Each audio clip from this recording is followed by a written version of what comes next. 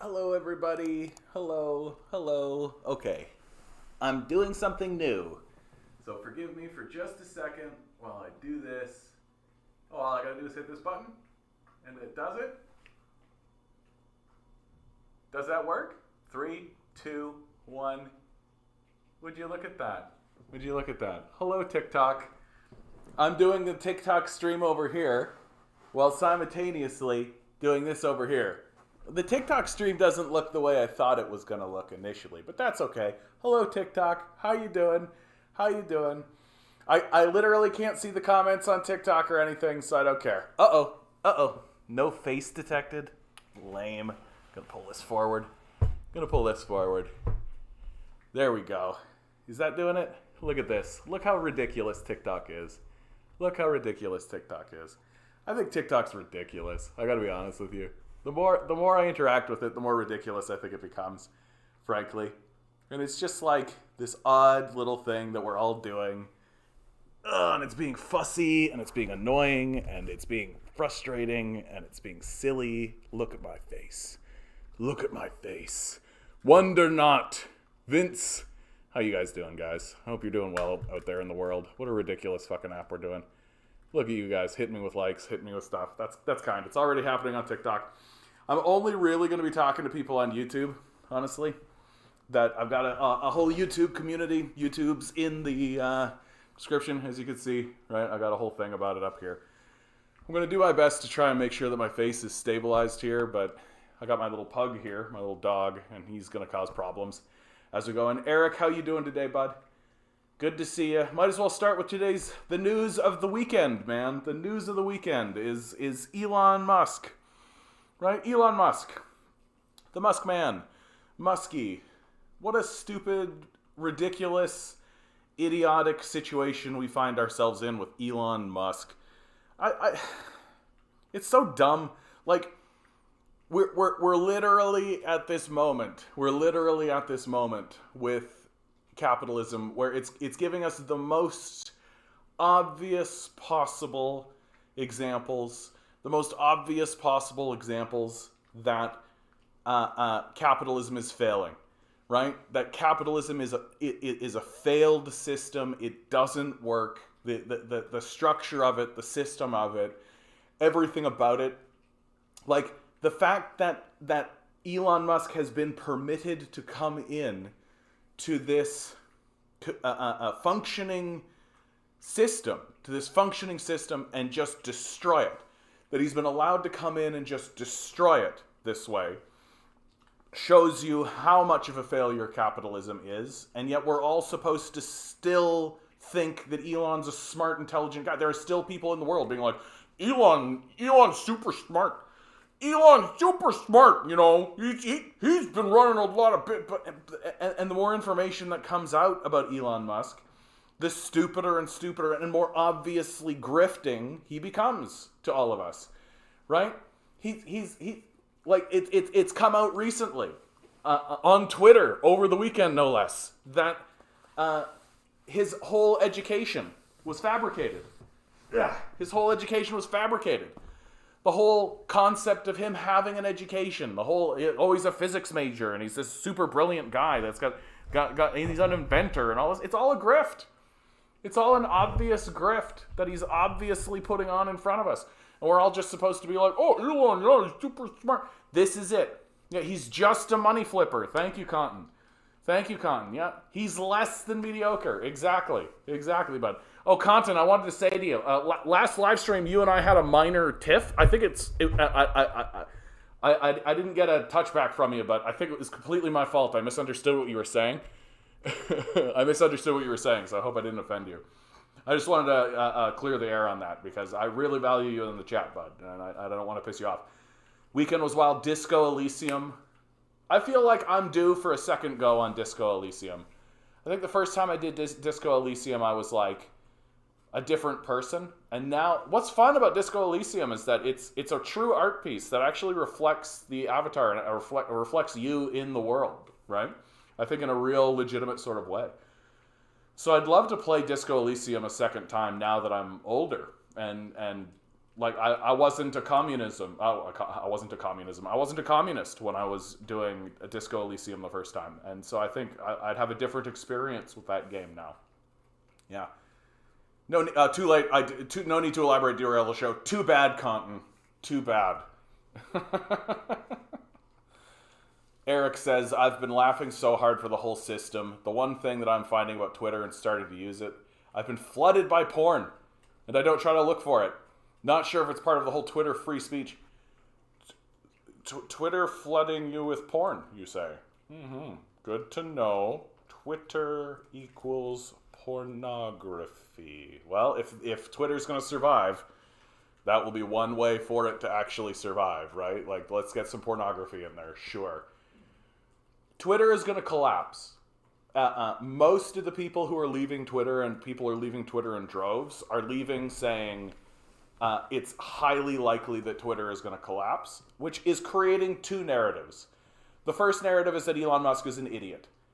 This is my narrative. I think that Elon Musk is an idiot. I think that all you have to do is watch his Joe Rogan appearance and really ignore the fact that Joe Rogan the whole time is like, oh, wow, Elon Musk, you're the smartest person ever, Elon Musk. Like, ignore Joe Rogan's, like, literal bootlicking during the interview and just listen to Elon Musk. It's almost immediately apparent that Elon Musk is unintelligent. And I don't mean average. I actually mean that Elon Musk is below intelligent. I don't think he's a smart person. It doesn't take a smart person to run the con he's running when he has $1 billion in his bank account. Like, his apartheid daddy gives him $1 billion and says, go play. Like, yeah, it doesn't take a smart guy to figure out how to do this stuff. And the alternative narrative is that, no, Elon is super smart. He's destroying Twitter on purpose. So both sides agree Twitter is destroyed. Both sides agree Twitter's destroyed, right? So now the question is he doing it on purpose so that he can own the libs or whatever? Or is he an idiot? And it might be a little column A, little column B, right? Like, I mean, big surprise, the son of a guy that owns apartheid mines might actually be a fucking Nazi. Who knew? Who knew? The guy's, like, signing off by saying, like, Vox Populi and shit. Like, for fuck's sake. Ugh. Eric, by the way, you know that I officially started my own YouTube channel? Good for you, Eric. Good for you, Eric. Yeah, you shared some of that with me, bud. Good luck, man. Good luck. It's an uphill climb the entire time. Do some TikTok stuff, too. TikTok's been good to me. I just hit 10,000 subscribers on TikTok. Thank you, TikTok. I appreciate that. Maybe they'll start giving me some money. Who knows? Like, share, subscribe, hit the bells, hit the whistles, do the things, right? Do the things. So, pivoting to Ontario news. I live in Toronto, Ontario. CUPE, that's the education union, has reached a tentative deal with the province, averting a strike that would have begun Monday. Story to come. CUPE should go on strike. Like, we should have a general strike. You guys know my position on this. Like, I feel like what we're watching is just, like, the most dickery of dickeries ever. That the Ford administration is literally waiting until, like, the absolute zero possible hour to up their negotiation and actually try to create something relevant, but they're never going to follow through. Like, I don't understand why we believe the Ford administration is going to follow through. Doug Ford is a complete disaster. And here's an article that I really feel illustrates this, right? This is an article that comes from the Globe and Mail, and I've really got to make this extremely clear to everybody who's listening out in the world today, okay? The Globe and Mail is a newspaper that's owned by the richest Canadian. The richest Canadian goes by the name of David Thompson. Nobody knows who this guy is. Literally nobody knows about David Thompson. He's the richest Canadian. He owns 10% of everything. That's how he has entrenched his wealth. He got his money because his dad was the inheritor of that wealth, and his dad was a literal baron. A literal baron came to Canada from Britain as a baron from a monarchy and just has been passing that wealth down through the generations. And now David Thompson has just inserted himself financially into the very fabric of the nation, so that he just owns 10% of everything that exists. And if the business starts to collapse, then he just quietly moves that 10% over to something else. This is the wealthiest, most influential Canadian. He owns the Globe and Mail. And this is an article that's being published in that guy's newspaper. So this isn't some sideways communist or socialist or union paper, what I'm about to read. This isn't a paper, this isn't something that's being written by some kooky guy with a big giant beard or something. This is the editorial board of the Globe and Mail, and this should give you exactly the picture of how desperately failed the Doug Ford administration has been. Good to see you, Tinker. Glad to see you. Doug Ford fires a shot through the heart of democracy. When Doug Ford became Premier of Ontario in 2018, he told voters that his progressive conservative government would be Ontario's first ever government for the people. Most people saw that random assertion as a garden variety political gas, a meaningless slogan from an inexperienced populist who had lucked into his party's leadership at the last moment. What no one could foresee at the time was how truly vacuous it would turn out to be. Friends, Mr. Ford was having you on. Last week, his recently re-elected government tabled a bill that, if adopted, will sacrifice a fundamental tenet of democracy, majority rule, on the altar of his political agenda. Under the so-called Better Municipal Governance Act, the mayors of Toronto and Ottawa will be able to adopt or amend bylaws with just 1/3 of the vote on their councils. The lone caveat is that those bylaws must relate in a still undefined way to priorities that the Ford government will name at a later date, but which could include building 1.5 million new homes in 10 years to address the housing supply crisis, and the construction and maintenance of infrastructure such as transit and roads to support new and existing housing development. There are so many ways this is wrong. Let's start with the fact that it's utterly unnecessary. Municipalities are creatures of provincial governments, a reality that Mr. Ford delighted in shoving in the face of Toronto residents when he arbitrarily halved the size of the city's council in the middle of the 2018 municipal election. He did it again this year when his government enacted the Strong Mayors Building Homes Act. Among other things, that law gives the mayors of Toronto and Ottawa the power to veto bylaws and override council decisions, again in the name of provincial priorities. Councils would have been able to overturn a mayoral veto with a 2/3 supermajority vote. Now, even that modest check on the mayor's new powers has disappeared. But if Mr. Ford wanted to, or had the courage, his government could impose all the zoning, transit, road, and housing development bylaws it felt like on every municipality in the province. In fact, its More Homes Built Faster Act will do some of that, once adopted. The bill takes baby steps towards speeding up development and increasing urban and suburban density. But it doesn't do the hard work of forcing greater density on cities like Toronto in a meaningful way by opening up areas zoned for detached homes to a wider variety of housing. Doing so would present political challenges, so rather than use the popular franchise Mr. Ford earned by winning a majority of seats in the Ontario legislature, he intends to pervert the democratic principle that puts him in power and let a minority on the Toronto and Ottawa councils do his bidding. It is almost impossible to believe that this is happening in Canada. The idea that elected politicians represented voters by adopting laws that are passed with a majority of votes, whether it's city councils, provincial legislatures, or parliaments in Ottawa, is the heart of democracy. If legislative minorities can now adopt laws to suit the political agenda of the moment, then democracy has been shot through the heart. Why even have an elected Toronto council if the premier is going to turn it into a sullen, rubber stamp operation in a nice building?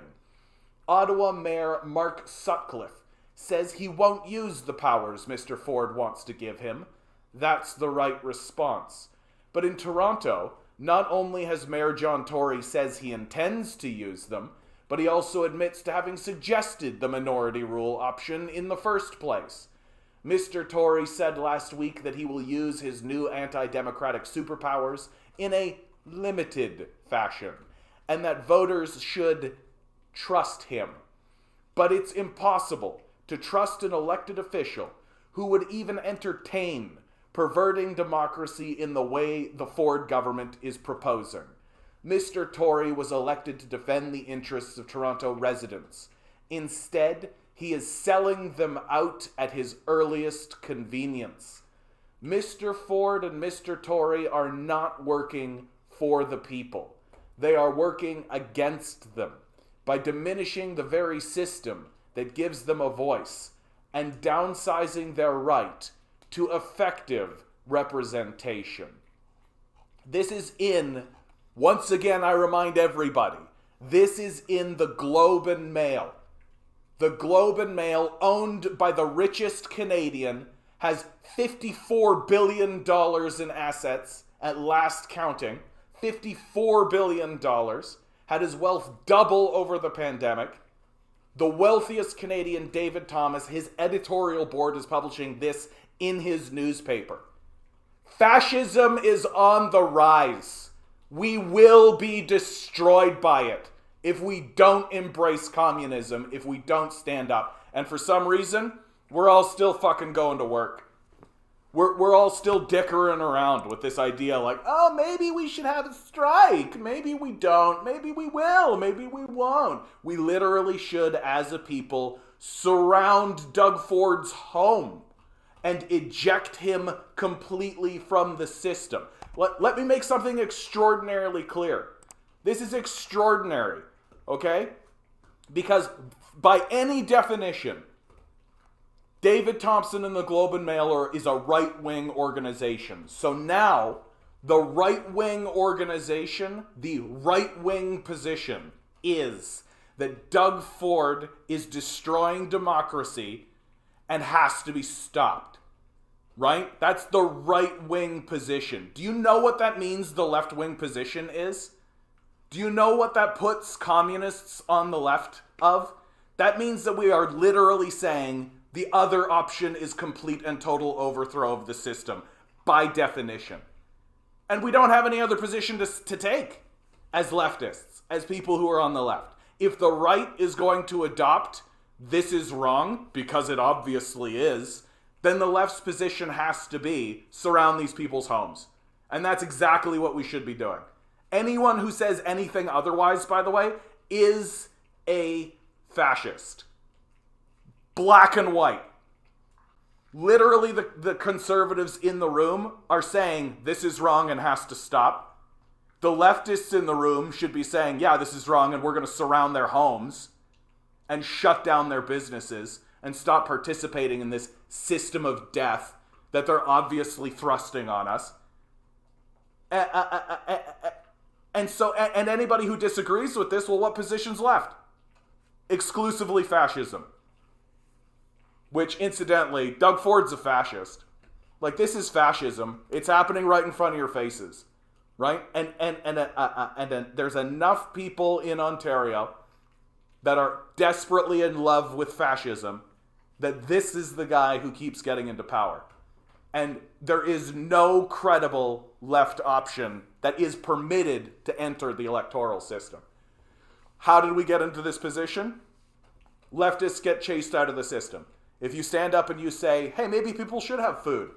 Maybe people should have shelter. Maybe people shouldn't have to scrabble and scrape just to get by.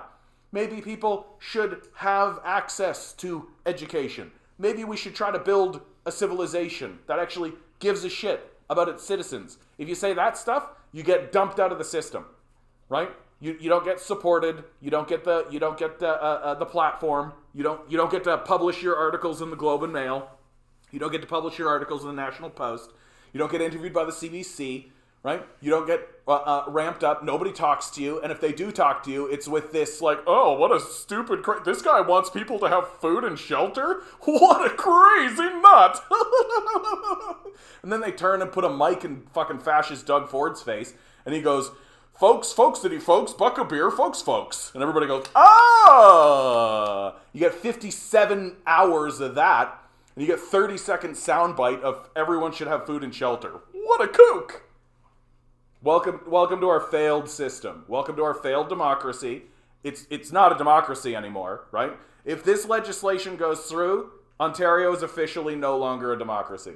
And it's actually official. Like it's not some college teen, right, being like, democracy doesn't really exist.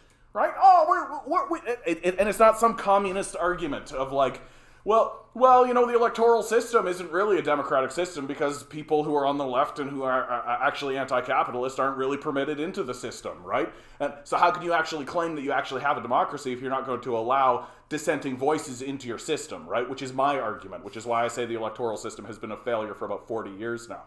Because if you actually stand up and say, hey, people should have food and shelter, you get chased out of the system. Like Dennis Kucinich, like Ralph Nader, right? So if you're actually interested in democracy, you get chased out of the democratic system. The electoral system is a failure because it doesn't actually represent anybody except the oligarch class, right? That's my argument. Well, Doug Ford's going one step further. He's just going like, oh yeah? Well, I'm going to pass legislation that makes it so that anybody can fucking run this place. I just need 1/3 of the of the councils, right? 1/3. Are you kidding me? What that means for the city of Toronto is that the suburbs, you know, the people who elect fascists, the suburbs are basically going to rule the place. Do you think the suburbs are going to vote for like a better transit system for Toronto? Do you think the suburbs are going to vote for services that people actually need? No. They're going to say, I want my taxes to be low. And I don't care if that completely guts and turns Toronto into Detroit. Because they don't. They don't care if it turns it into Detroit. They don't give a shit at all. As long as there's still the symphony that they can drive to. Like, that's all they care about. That's all they care about. And so the whole thing's going to get completely gutted, and Doug Ford's going to go down in history as the worst premier in the history of the province. Without a doubt. The man is a fascist. He's such a fascist that during COVID, the cops literally said no thank you to some of the powers that Ford was trying to give them. Like, really think about that.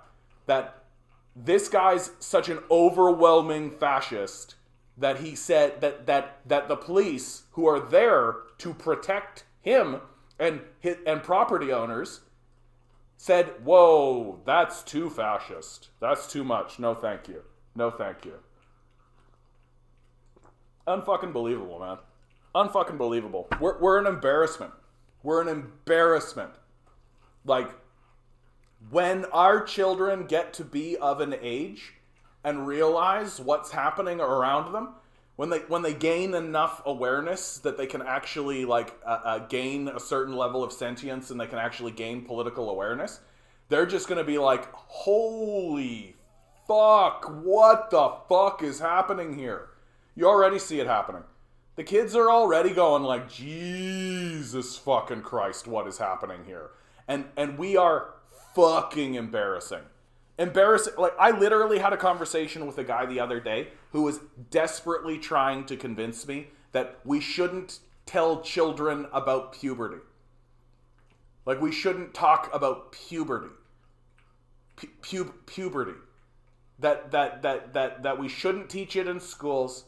Like, forget about the trans stuff. Forget about any of the gender kind of stuff, right? The guy's literally standing there being like, teachers shouldn't be talking about puberty. And I'm like, what in the fuck are you even fucking talking about, bro? What are you even fucking talking about, bro? Like, these are the people who are electing fascists into positions of power to dismantle our democracy so that they can sit in their stupid little houses And the best part is that my taxes, I got $200 extra this year. Yep, and I'll spend $1,000 extra on those services that got dismantled to pay for that tax cut. Like, that's exactly what's going to happen. These guys are going to pay extra, a lot extra, for the services that they dismantled in order to give them the like $200 that they can be like, my taxes went down. Taxes went down. I'm the smartest of the businessmen. I love Elon Musk. He's so smart. We're going to Mars. Like, jeez Louise, man. Jeez Louise. Adam McPherson. Good to see you, Adam. I got a body break ad with Hal and Joanne. Fantastic, dude. I'm super glad. Those ads, I get a penny from that ad. Thank you very much. At the end of the month, all those pennies add up to a stack of pennies. And then they give me those stack of pennies, which make it all worth it. Good opportunity to say like, share, subscribe, hit the buttons, give me money. Give me money. I hate it. I wish you didn't have to, but... Compton. Oh, yeah, let's do it, bud. So basically my whole point was being a free speech absolutist is just inviting unnecessary problems. Canada was wrong. But if Canada was a DOTP and you had a protest like that in the motivation of restoring the bourgeoisie, they should be sent to jail. Damn free speech if it's what... Yeah. I feel like what happened, Compton, is that after we had our like misunderstanding, it was like a total who's on first. I thought that you were calling the Freedom Convoy Nazis, and when what you were saying was, no, I don't care about the Freedom Convoy. Let's put them aside. What if it's Nazis? Like, what if it's Nazis in the streets? And I essentially agree with your position. Because Nazism is, by very definition, like, if you're a Nazi, you think that people should be exterminated. Like, that's the long and short of it. Like, violence is not protected speech. If you stand up and threaten people with violence, that's not... even the United States, the bastion of free speech, doesn't say... you should be able to openly threaten people with violence, right? Or that you should be able to stand up and yell fire in a crowded theater or something, right? Like, so bastion of free speech, the United States. Even these guys are like, yeah, if you're espousing violence, if you're saying like we should round up the Jews, for example, that's not protected speech. Right? And so you're right that like the free speech has a limit. It has a limit, and that limit extends to violence.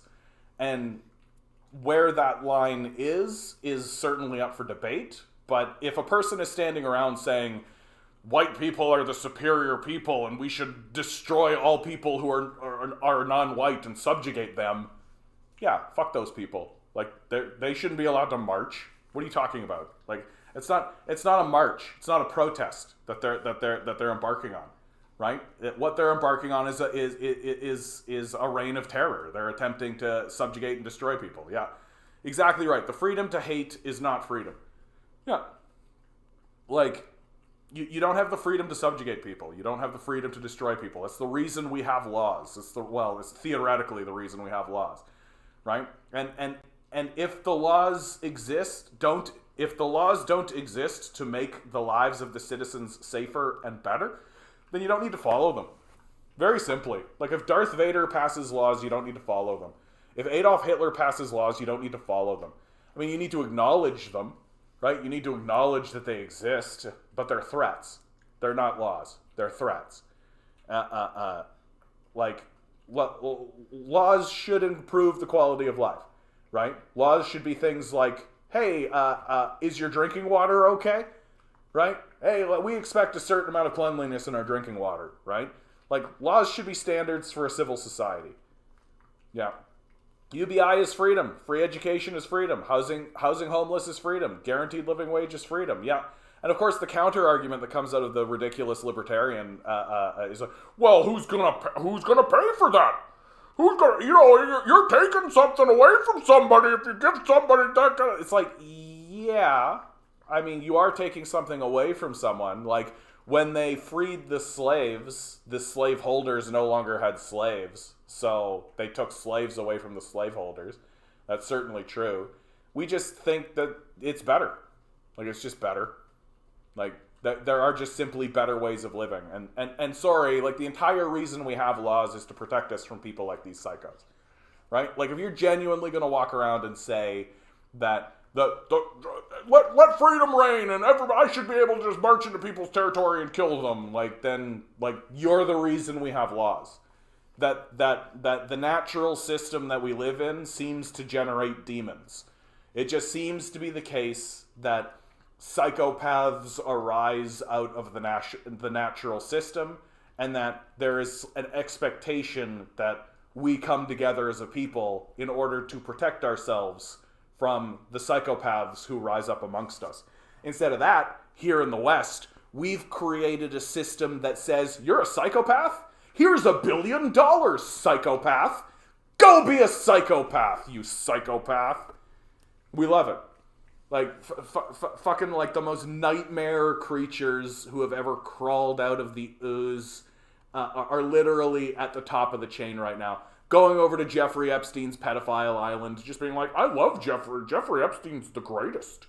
I really liked Jeffrey Epstein. He really loved the ladies. I was the president at one point. Like, these are the people who make it to the top of our system. Like, it's a complete failure. It can't be overstated. It cannot be overstated how massive a failure this system is. For God's sakes, we're seeing it coming down the pipe, right? Here's my favorite. Here's my favorite. People are starting to measure the United States decline in amounts of Big Macs that you can buy. Generation Y Me, how you doing, bud? Good to see you. Big indicator of U.S. decline. You could buy 6 Big Macs with 1 hour minimum wage in 1980. But today, you can't even buy one, despite the minimum wage more than doubling. In 1980, the minimum wage was $3.10. That could get, a Big Mac cost 50 cents. That meant that you could get 6.2 Big Macs per hour in 1980 with the 1980 minimum wage. 2022, minimum wage is $7.25 if you're in the United States, which is disgusting. I live in Canada. Minimum wage here in Ontario is $15.50. $15.50 is the minimum wage. We should be fighting for more, frankly. Like, these disgusting capitalists need to be chased out of the system completely. $7.25 is the minimum wage in the United States. A Big Mac costs $8. That means that you get 0.9 of a Big Mac for an hour's work in the United States. It's over. It's over. The capitalist system is a failure. Like, if you can't understand this, if you can't put 2 and 2 together with this information, then it is time for you to sit down and stop participating. It's time for you to sit down. It's time for you to stop participating. It's time for you to just await the Grim Reaper to come. It's time to stop pretending like you're helping. It's time to stop pretending like you can help. It's time to sit down and let people who know better than you get this work done and improve the society. It took the project of neoliberalism 40 years to destroy the society. And the result is here in the province of Ontario, we're literally no longer becoming a democracy. That's going to happen very soon. Like, we should be surrounding these people's houses. Like, there should be permanent encampments around every politician's house of thousands of people, including the White House, including the Pentagon, including Wall Street, including all of it. No one should go to work. No one should go to work. And we should literally cut these people out of the system. That the food should just go to the people who are surrounding the halls of power. We should cut the politicians and these psychopaths out of the system completely. And if they try to take their money and pay for something, we should laugh at them and say that their money is worthless. Because that's how despicable it's all become. That's how disgraceful they are and how unwilling they are. Like literally, guys, this Elon Musk situation, what we're seeing with this Elon Musk situation right now, what are we seeing right now?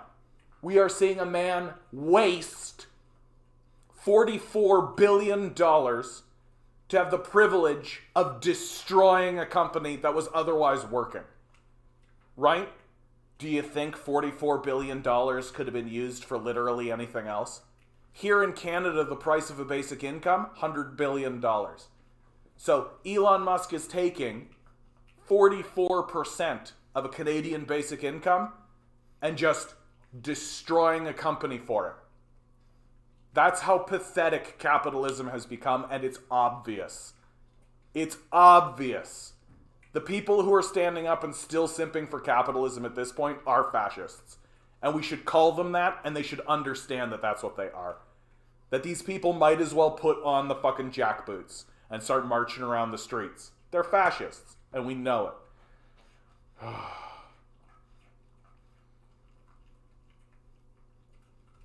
What are you guys saying in the chat here? What are you guys saying on the chat?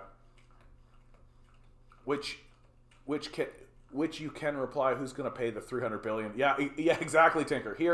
Here in Canada, Trudeau is spending $300 billion for Navy ships so he can go to war with people. Like, infinite money for war, right? Who's standing up and saying, how are you going to pay for that when $300 billion is on the table for war, right? And pathetic wars, too. Wars they're going to lose. Like, Canada and the United States are going to lose these wars that they plan to embark on. Once they start shooting at China, they're going to lose. And I don't think it's going to be close. Like, I'm not going to be sitting here at any point being like, oh, the Chinese are really on the ropes. Like, we are way too stupid for that. The Chinese are way smarter than we are. And when push comes to shove, they're going to win. They're going to win. Like, we are a very dumb people. I'm so over this Western hypocrisy and Qatar's abuse of foreign workers. Yeah, I mean, like, anytime the West stands up and starts pointing at a minority group that is being destroyed, you know it's hypocrisy from the outset. Like the Uyghur Muslim shit that they point to in China. Right? They point to the Uyghur Muslim shit in China, and they're just like, we're so concerned about the Uyghur Muslims in China, while they literally are destroying Afghanistan, Somalia, Ethiopia, Iraq, Muslim nations, right? So they can commit like literal genocides like they are in Yemen to Muslim populations.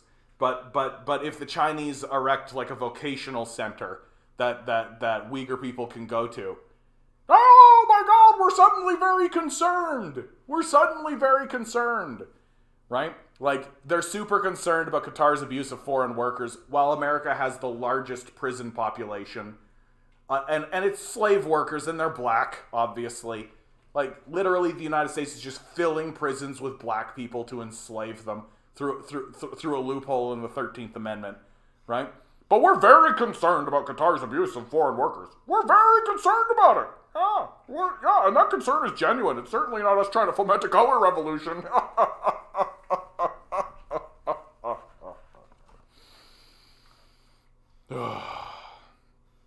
Cali and Wash State is $15. Yep, fantastic. California, Washington State, $15. Yeah, civilization exists. There are some states that care about building civilization.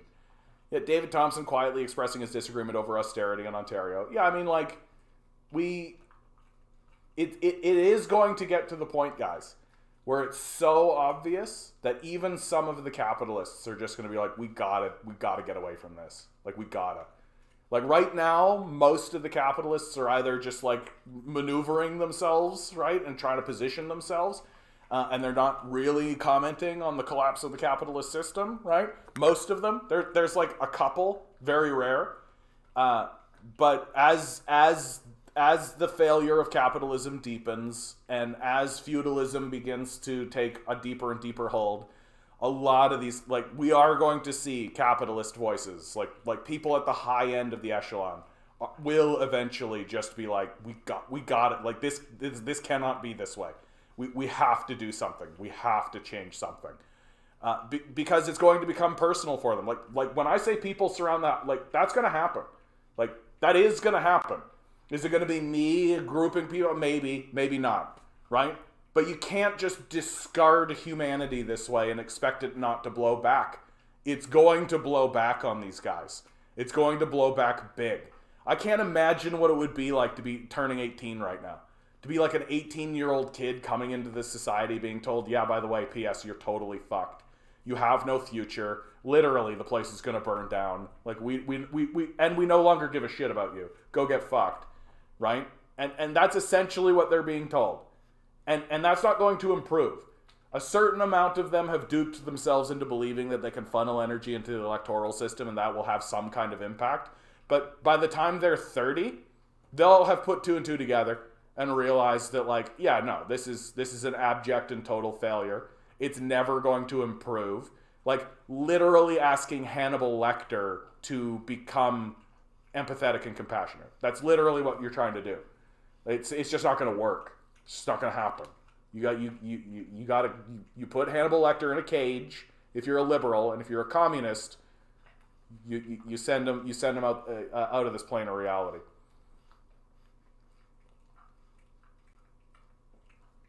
$8 for a Big Mac. You sure it ain't maybe $6? Look, dude, I don't go to McDonald's. I'm just memeing. Yeah. 400,000 plus genocide in Yemen, mostly women and children. Yeah.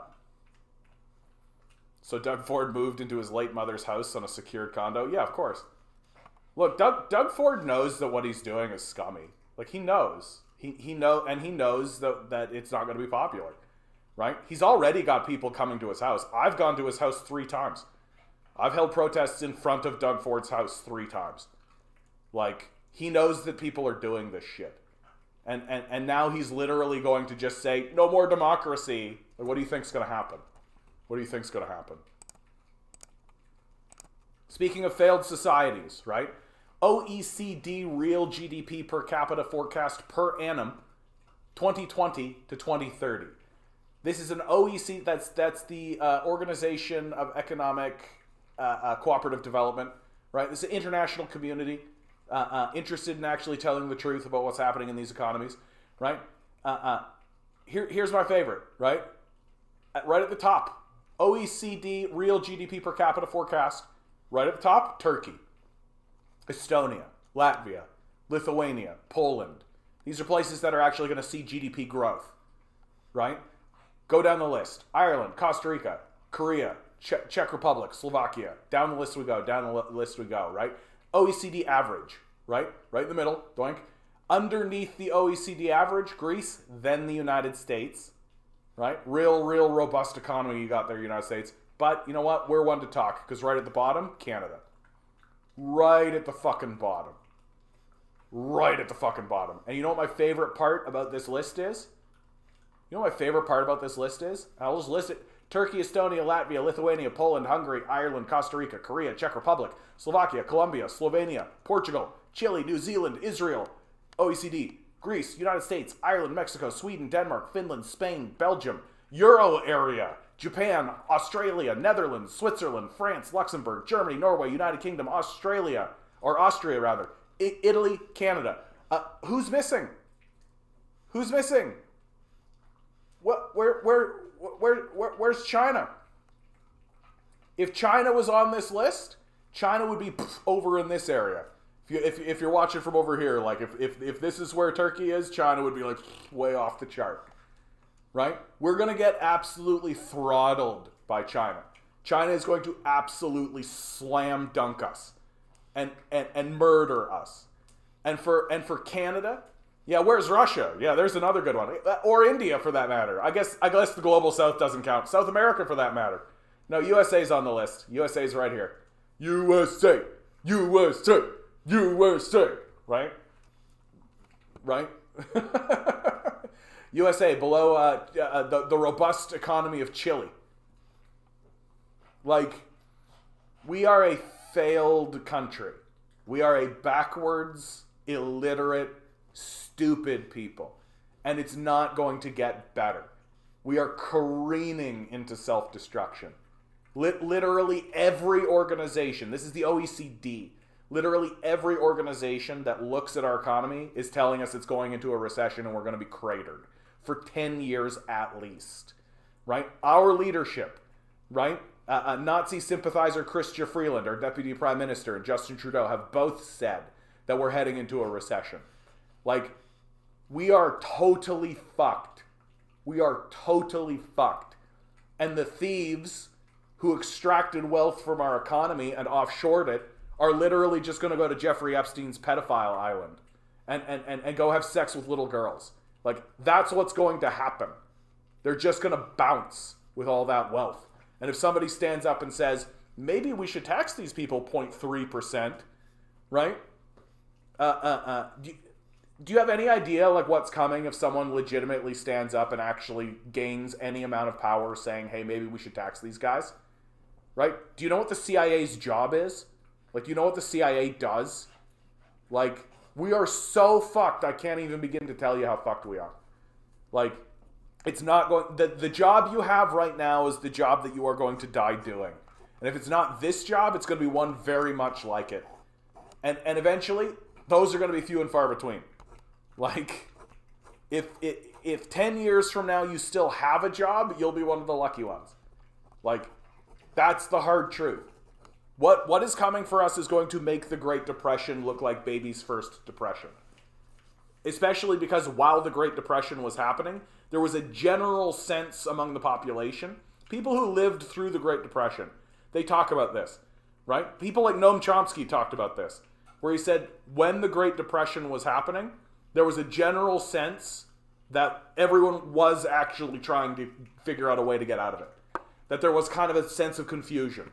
That it wasn't malice or hatred or any of this. It was like, oh, we could do better than this, so how do we do it? And yes, there were protest movements, and yes, there were people pushing on revolution even, right? But the general sense of the populace was that, no, we'll get out of this. Like, we're Americans, goddammit. We're Americans, goddammit. Right? And we're going to push and we're going to get on it. We're going to make it happen. But like the American but today, the ethos of today's America is literally like completely self-destructive. Like, not only are we not trying to find a way to solve this problem, we are actively going to incarcerate and murder anybody who stands up and says, we're going to solve this problem. Yeah, the West feared the Soviet Union or socialist revolutions. Now they don't fear that because of the demise of communism. I mean, they're obviously afraid of China. They're obviously afraid of China. And don't buy the propaganda. Don't buy the propaganda about China. Like, China is trying to move towards communism. They always have been. Right? I hate this conversation where people have duped themselves into believing that because China has not... What were they supposed to do? Isolate themselves completely from the systems of international capitalism, not trade, not attempt to use the systems that existed? Like what were they supposed to have done? Like, seems to be like... and China is using the systems of capital to the degree that they are useful, and then abandoning them once they collapse. That to me is the big shift and the big difference. Ugh. Yeah. This guy on TikTok, communism's not the way. Yeah, right. Jeez Louise, man. There's a lot of dunders out in the world, dude. There's a lot of dunders out in the world, right? Like, I've never read anything about communism, and all I know about communism is what the CIA tells me, and communism's not the way, for sure. Like, Jesus fucking Christ. You take a look at the history of communism, right? People do better under communism. The post-Soviet nations all want to return to communism. The people who experience both communism and capitalism say that communism is better. Like, stop listening to the fucking CIA. Just stop listening to the CIA. Stop believing them. Stop buying into them. Stop paying attention to the mainstream media. Start finding, like, independent journalists who are actually attempting to be neighborly and tell the truth about what's going on in other countries. Like, I'm so sick and tired of this fucking, like... Literally, I have people telling me that, well, the CIA's on our side, at least. No, they're not. They're on the CIA's side. Like, they're on the fucking CIA's side. Hopefully, they will get rid of their billionaires and multimillionaires. I mean, look, the Chinese system is as simple as this. they have allowed a certain degree of capitalism into their society, a certain degree of capital ownership, right? But the expectation amongst the leadership in China has always been that capitalist systems fail, that they will eventually collapse. And when those systems collapse, the communists will come in and take them over. That Deng famously said, let some people get rich first. And unlike us, right, when the 2008 financial collapse happened, we literally gave them money. Like, that's literally what happened. The people responsible for collapsing the system, right? The people responsible for collapsing the system of government, collapsing the economy, collapsing the world economy, we literally took hundreds of billions of dollars and gave it to them. Like, what do you think they're going to do? Do you think they're going to go, well, we really learned our lesson? Or do you think they're just going to keep doing it? Adrian Ney, good to see you, bud. Good to see you. I hope you're here to participate in a beautiful way, man. I hope you're here to participate in a beautiful way. So what's the best government in the world? Look, let's be real clear about something here, okay? Humans are fucky, no matter what. Humans are fucky no matter what. And what you are trying to do when you are analyzing a civilization or a culture is you're trying to find out, is it better now than it was before, right? So very often people will point at a country and be like, they're doing this. That's bad. But if you take a look 20 years ago and say, well, what were they doing 20 years ago? And is what they're doing now better than that? And that should be the way that you measure these things. And are they attempting to improve it from there? That should be the way that you measure these things. Because, like, countries and civilizations and places don't just, like, pop out of the... And you can't just pivot on dimes. You can't just decide things and then it comes from the heavens, right? You've actually got to work at it. And you've actually got to maintain it and sustain it. If you ask me, like, if you put a gun to my head... If you put a gun to my head and say, pick one government, one governmental system that exists in the world today, and implement it, what would you pick? I would pick China. I'd pick China. I'll tell you why. Okay? Our system of government is a popularity contest every single time. Literally, all you have to do is convince enough of the most gullible people you've ever met in your life to vote for you by shouting at them from a megaphone with the billions of dollars you have at your disposal. And you get to write the laws of, like, Florida. Like, Ron DeSantis, right? The guy that's coming out of Florida that might become the Republican frontrunner, right? That's literally what he did. He just took all the money from the industrial capitalists and from the tech capitalists, funneled it into his campaign, and it's just like, we're gonna stop this woke agenda by woking the wokety woke. Incidentally, isn't it fun how they've just replaced the word black with the word woke, and now they can say woke all they want? Like, it's unbelievable to me what we're seeing come out of these people's mouths. So all you got to do is win this popularity contest, and then you literally get to write the laws. You become the king. You get to basically just be like, this is what we're going to do now. And all you had to do is win one popularity contest? That's fucking stupid. That's a stupid way to run a country. That's a stupid way to run a complex society. That's dumb on the face of it. The Chinese system is a better system. And it is better because it's actually attempting to train leaders. It acknowledges that simply winning a popularity contest isn't enough. Winning the popularity contest, because China's a democracy, it's not a Westminster parliamentary democracy or a constitutional democracy like the Americans or Canada, but it's a democracy all the same. The people elect their leadership, and those leaders go to a place called the National People's Congress, right?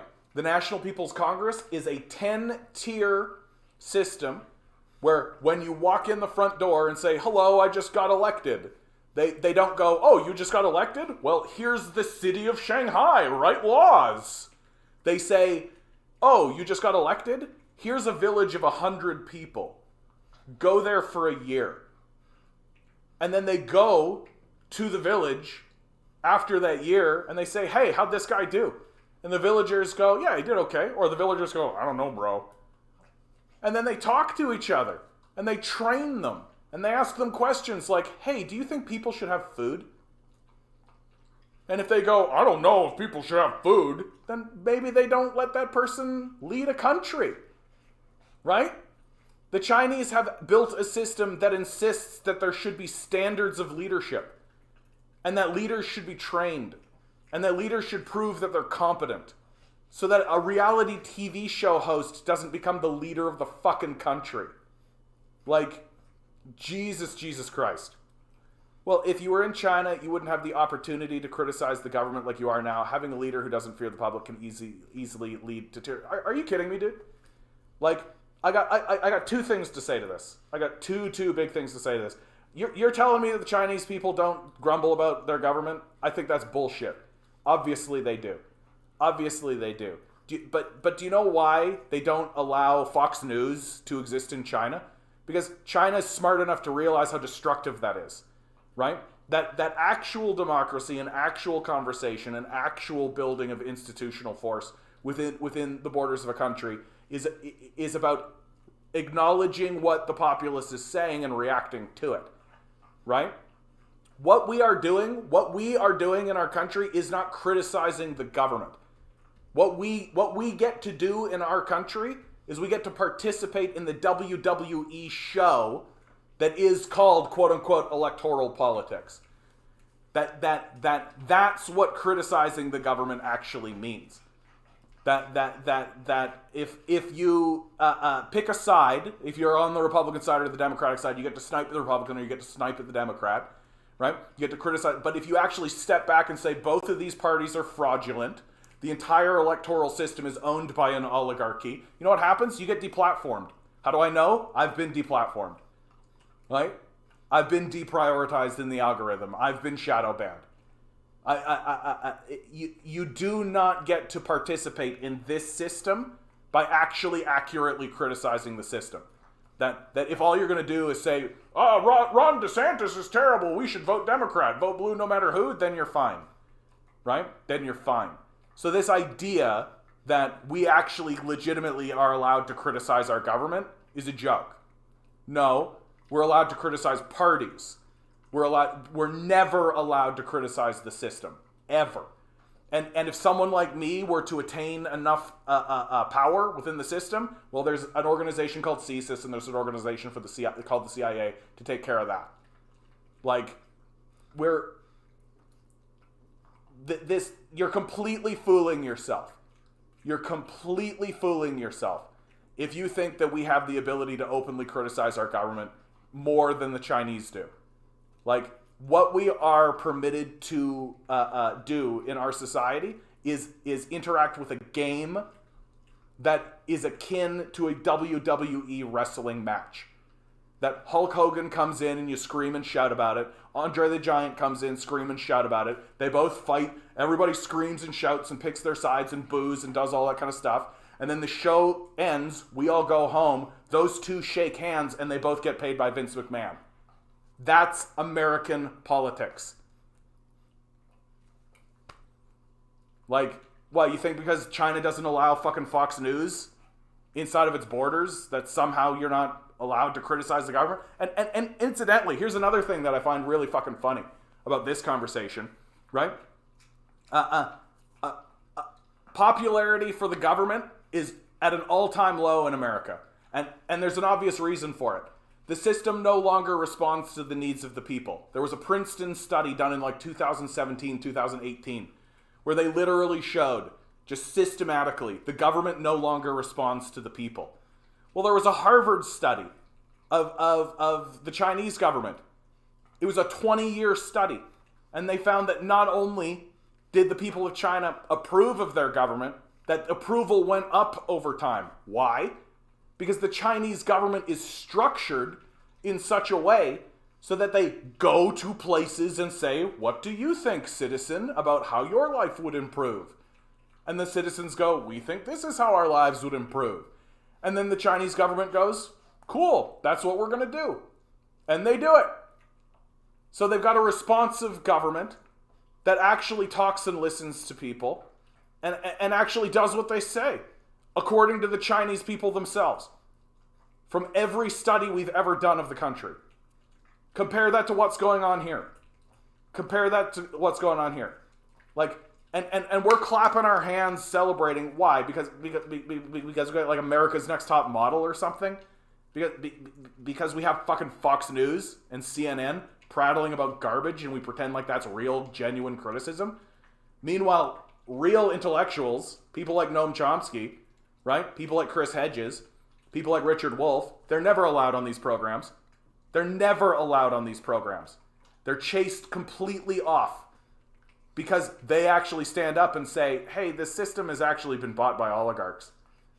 Right? So if you're sitting there pretending as though we are actually permitted to critique our government or critique ourselves in a legitimate way, you're fooling yourself. You're fooling yourself and everybody around you. You're just participating in WWE showmanship. That's all you're doing. Hulk Hogan, Andre the Giant, that's all you're doing. Yeah, our leaders are lawyers and billionaire entertainers. Their leaders are scientists and engineers backed by communities. And now it's even worse, Tinker. If you go to the UK, their current prime minister is literally a Goldman Sachs executive. The richest man in the house. The richest man in the house, a Goldman Sachs executive. So they're not even trying to pretend anymore, right? Like they're not even trying to use a surrogate system anymore. They're not even trying to say, we're going to have an actor. We're going to get Ronald Reagan, right? We're going to get some face, some pretty person that the populace, like literally they're just going to go in there and do it themselves. Like Michael Bloomberg ran to be the president not that long ago, right? Like we're going to see people like Jeff Bezos and Elon Musk take a stab at this. We're going to see Kanye West keep swinging at the plate. Like it's and how long until it's literally just like a billionaire standing up there being like, we're the greatest country in the world because I'm rich. And that'll be his whole argument. I'm rich, therefore America's great. Like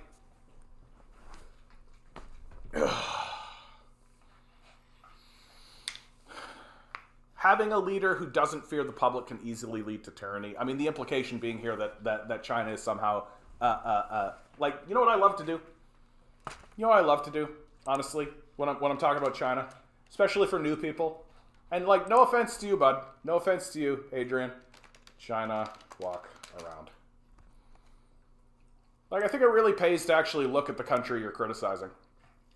I think it really pays to actually spend a minute walking the streets of the country you're actually talking about and criticizing. Witness the tyranny. Oh, the tyranny. Oh my God, the oppressive.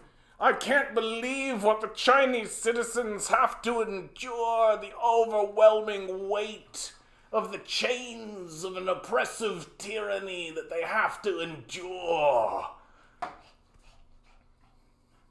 Like, looks pretty fucking normal. I've literally watched, like, at least 100 hours of these videos. There's tons of them. There's tons of them. For you who are watching from TikTok, right? Literally just go type in China walk around. China walk around video. Just go type it in. Go type it in into your YouTube or whatever. China walk around. Pick anyone you like. Even the worst one. Pick Xinjiang. Pick Xinjiang. Even the worst one. What you're going to see? You're going to see clean streets. You're going to see people walking around, shopping districts, people living a fucking normal life, having a normal one, right? Oh, Adrian wants to walk into the Uyghur Muslims because he really cares about Muslims, right? Muslims really matter in China while we just fucking drop bombs throughout the Middle East, right? Muslims die throughout the Middle East, but the Uyghur Muslims, we really care. The Uyghur Muslim narrative is complete and total bullshit. Complete fabricated nonsense by the CIA. Total and utter. The BBC did a documentary where they went into these concentration camps. You know what they found? A school. That's what they found. They found a fucking school. They didn't find anything. They didn't find a genocide. They didn't find fucking anything. There's been not even a photograph of this genocide. There's been absolutely nothing. going on. And incidentally, this million Uyghur Muslim line, that used to be 10, now then 8, then 5, now a million. You notice how the number's shrinking because they're trying really, really hard to find an excuse for why they can't find this genocide, right? It's a total CIA farce. It's a complete fart joke. Anytime anybody sends me any evidence whatsoever, it always links back to the CIA. Every single fucking time. Every single fucking time. Every document has the name Adrian Zenz on it. Adrian Zenz literally a CIA asset that said he was sent by God to destroy China. A psychopathic German a fundamentalist Christian. And we're all like, yeah, we should definitely believe this guy when he says that there's a genocide going on. America literally has satellites that can read names on signs. America has satellites that can read names on signs and pick out details from people. They can't take a picture of this genocide. They can't find it. They don't know where it is. They can never pinpoint it. They can't show me anything. Where's the open mass graves? Where's any of this shit? And anytime anybody screams like cultural genocide, I'm literally what? For erecting the same system that the French have? It's the same fucking thing. It's the same fucking system. So I guess the French are committing a genocide too. Okay. Well, at least we're all equal in it then. And for God's sakes, for fucking God's sakes, I cannot hit this point any harder than this. I cannot hit this point any harder. Genocides do not happen in secret. There is no such thing. There is no such thing as a genocide that is organized in secret. That if you want to murder 1 million people, if you want to ethnically cleanse 1 million people, if you want to culturally genocide 1 million people, there's an enormous organizational feat. You have to talk about it. When the Canadians committed a genocide against the First Nations people, they voted on it in Parliament. People stood up and said, aye, and enacted the Indian Act and enacted the residential school system. It was in public. It's on the public record. You can Google it right now. When white British people and Americans committed slavery against the black population and committed a genocide against the First Nations people, they did so openly. They voted on it. They had open discussions you can read and see. Where's the discussion about the Uyghur genocide that's coming out of the Chinese government? Where is one Chinese official anywhere? When Adolf Hitler committed the Holocaust and walked around picking up Jews and sending them into factories to gas them, he did so holding a book called Mein Kampf, where he said he was going to do it. Genocides do not happen in secret because they can't. Unless your claim is that China is somehow managing to organize a genocide telepathically through secret communiques that no one can see and no one knows anything about. The Chinese are so productive and so overwhelmingly powerful and so absolutely capable of organizing themselves that they can just subconsciously connect with one another and round up 1 million people without discussing it, writing it down, having a conversation, stating goals, or stating intent. China must have superpowers. Yeah, China has the Infinity Stones. They just snap their fingers and the Uyghurs disappear. Like, genocides do not happen secretly. There is no such thing as a secret genocide. They are openly discussed. Countries that do them decide to do them. Populaces either go along with it or actively champion them. There is literally no such thing as a quiet, secret genocide. It doesn't happen because it can't. It literally can't. They are enormous organizational feats. You have to talk about them. Your military has to talk about them. Your police has to talk about them. Your officials have to talk about them. The people who are running the province has to talk about them. They can't not. How do they organize these things? Where, show me a single document where they're actually saying, like, yeah, we're going to round these guys up, commit the genocide. Here in Canada, we literally voted on it in our parliament. Like, evidence, please, and no, the CIA is not evidence. A housing crisis rages. That's hilarious. What a capitalist position, right? Housing crisis. Only capitalists think it's a housing crisis. If you're a communist, you're like, yeah, the capitalists are getting fucked, right? Because communists understand that what matters is the house, right? We don't give a shit about the financial, like the money. Who gives a shit? Money's fake. It doesn't really exist. We literally pluck it out of the air and just spread it around, and then we worship it as if it matters more than the house itself. You know what the communists are saying in China? They're saying, yeah, your stupid, pathetic capitalist system that was dumb in the first place is collapsing. The government is coming in and seizing those properties, like they did to the Evergrande facility, which has something like 40 buildings on it. They just come and take those properties. You know what they do? They transfer them into housing and they put people in them. And all the bankers and capitalists go, the housing crisis is, oh my God, I'm losing money. And the communists are going like, yeah, because you're stupid. Because you're stupid. Because you're stupid and your system fails. Which is what we've been saying the whole fucking time. The whole fucking time. That your capitalist system is dumb and it fails. And all your dumb little money doesn't matter. The building matters. The house matters. That's what matters. And when the capitalists go bankrupt and leave, the house remains, and the government comes along and puts people in the house. What's the problem here? I don't see a problem. A possible economic collapse is looming. Bullshit. A possible collapse of, like, the money paper. But, again, dude, like, stop watching these, like, China's going to collapse. I love what Ligon DZ said. Good to see you too, by the way, bud. China's about to collapse very soon. I swear this time it's real. Like, yes, I'm absolutely dead certain that sections of the economy that rely on this financialization, this parasticization of productive forces will collapse. And the communists will come in and take it over. That's what's going to happen. Because that's what always happens. Right? And the capitalists cry and whine about it because they don't get to enslave people anymore. That's the complaint. 127 reporters are being detained. I mean, come on, dude. You believe in the Uyghur genocide, so source, please.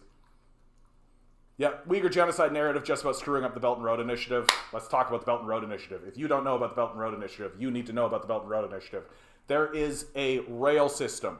There's a rail system that runs from China, from Beijing, all through China. China's built something like 30,000, like literally 30,000 miles of rail. They've just built this enormous rail system. Through high-speed rail, too. We don't have a single mile of high-speed rail here in North America. China's built 30,000 kilometers of it in the last 20 years, right? And they've built it all the way through the Middle East. They've built it up into Russia, into Europe, right? This is why the United States is losing their mind about China right now, because China has built a high-speed rail system that connects most of the world's population. Thank you, by the way, Tinker. Thank you, Generation Y Me, guys. I appreciate your donations. Thank you so much. I really, really appreciate it, guys. Man, I'm feeling the energy today, man. I gotta tell you, I'm feeling the energy today. The Belt and Road Initiatives needs to go through Xinjiang, so it's in the West's interest to upset that region and make it another country. That's exactly right. And they're doing it over and over and over and over again, right? Like the Donbass War, what you guys would understand is the Ukrainian War. Big reason why the United States is interested in maintaining that war is because it upsets the Belt and Road Initiative. That the rail goes from Moscow to Belarus, which is in come on, guys. Belarus is in, no, Belarus is the thing. Minsk, I did it. Goes through Belarus into Poland, right? And then Poland, it goes into Germany, and then from there into the rest of Europe. And so they want to upset that. They want to upset that and disrupt it. Like, have you heard the phrase supply chain disruptions? Have you heard supply chain disruptions ever in your life? Well, what do you think those are? What do you think supply chain disruptions are? That's literally the United States getting in the way of the Belt and Road Initiative, making it so that Chinese goods cannot get from China into the rest of the world. That's what the supply chain disruptions are. And it's coming from the disruptions surrounding the Belt and Road Initiative. America is terrified of this because America understands that if China, India, Russia, South America, now with the election of Lula, right, and the swing to the left that's coming from Lula and some of the shit he's been saying, you're seeing the global South unify and basically say to capitalist North America, go fuck yourself. Go fuck yourself, capitalist North America. We do not give a fuck about you at all. Get the fuck out of here. You're done and you're over. We're not going to bother with you. We're not going to trade with you. And what that's going to do is it's going to destroy the American system. It's going to destroy the American system. Because the only reason the Americans have been able to get away with what they've been doing is because they have the reserve currency of the world, and that's going to end. And America doesn't produce anything. It doesn't make anything. It doesn't manufacture anything. It doesn't do anything. Right? It doesn't do anything. It's fucking ridiculous. And for those of you who are shit talking me on TikTok, I'm not responding to TikToks. I'm coming to YouTube, right? Grow a pair of balls and try to debate somebody who knows more than you do about the subject. Okay, presume it is true, the rumors about China. Oh, here we go, Cotton. Okay. You in what army? China doesn't have to keep their crimes a secret if they're doing crimes. Why? Because NATO and the U.S. cannot defeat them. I like this line of thinking, by the way, Cotton. You're literally standing there just being like, yeah, well, what are you going to do about it?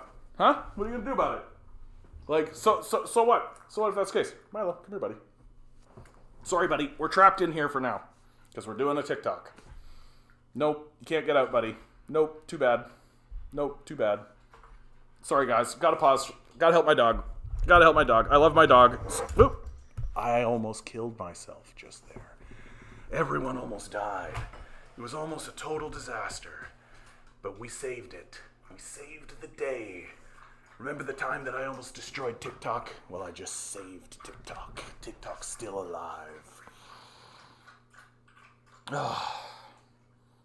Like, we should be doing so much better than this.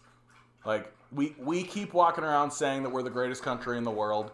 We keep doing the USA, USA chant. We keep, like, jerking ourselves off and, like, going, like, woo, woo, woo, we're the greatest. Yeah, well, if we're the greatest, then how come all of our leadership is telling us that our system's going to a recession? How come we can't get anything built? We can't do anything meaningful? How come we've got a huge homeless population, the largest prison population, right? Like, and the reason why, when you take all of these problems and you put them on a chart and you do a little Venn diagram and you circle, the one that's in the dead center is that we need to keep asking capitalists permission. That anytime anybody has an idea for how to improve this place, anytime anybody stands up and says, hey, can we actually, like, do better than this? Can we actually, like, have maybe let homeless people go live in houses? Like, anytime we do that kind of stuff, we got to go ask the permission of a person who is completely disincentivized to say yes. That the capitalist class structurally, forget about any moral arguments, but structurally, has no incentive whatsoever and no reason to say yes to anything that helps anyone other than themselves. Like, it's a failed system. It does not work. Hit the like button, hit the share button, give me some fucking money. I don't know. Let's make this happen. Cause, like, I'm so sick of, like, the reason why I do this is because I'm sick and tired of our country being an embarrassment. I'm sick and tired of our country being an embarrassment, and it is an embarrassment. And if you're not embarrassed by your country, then Jesus fucking Christ. Like, the Americans elected Donald Trump. We keep electing the Fords. Like, if you're not embarrassed, Jesus fucking Christ. Like, are you capable of it? Are you capable of things like shame? Are you capable? Because anybody that's got a brain in their head right now, anybody that's got a brain in their head should be looking at their country going, Jesus fucking Christ, are you serious right now?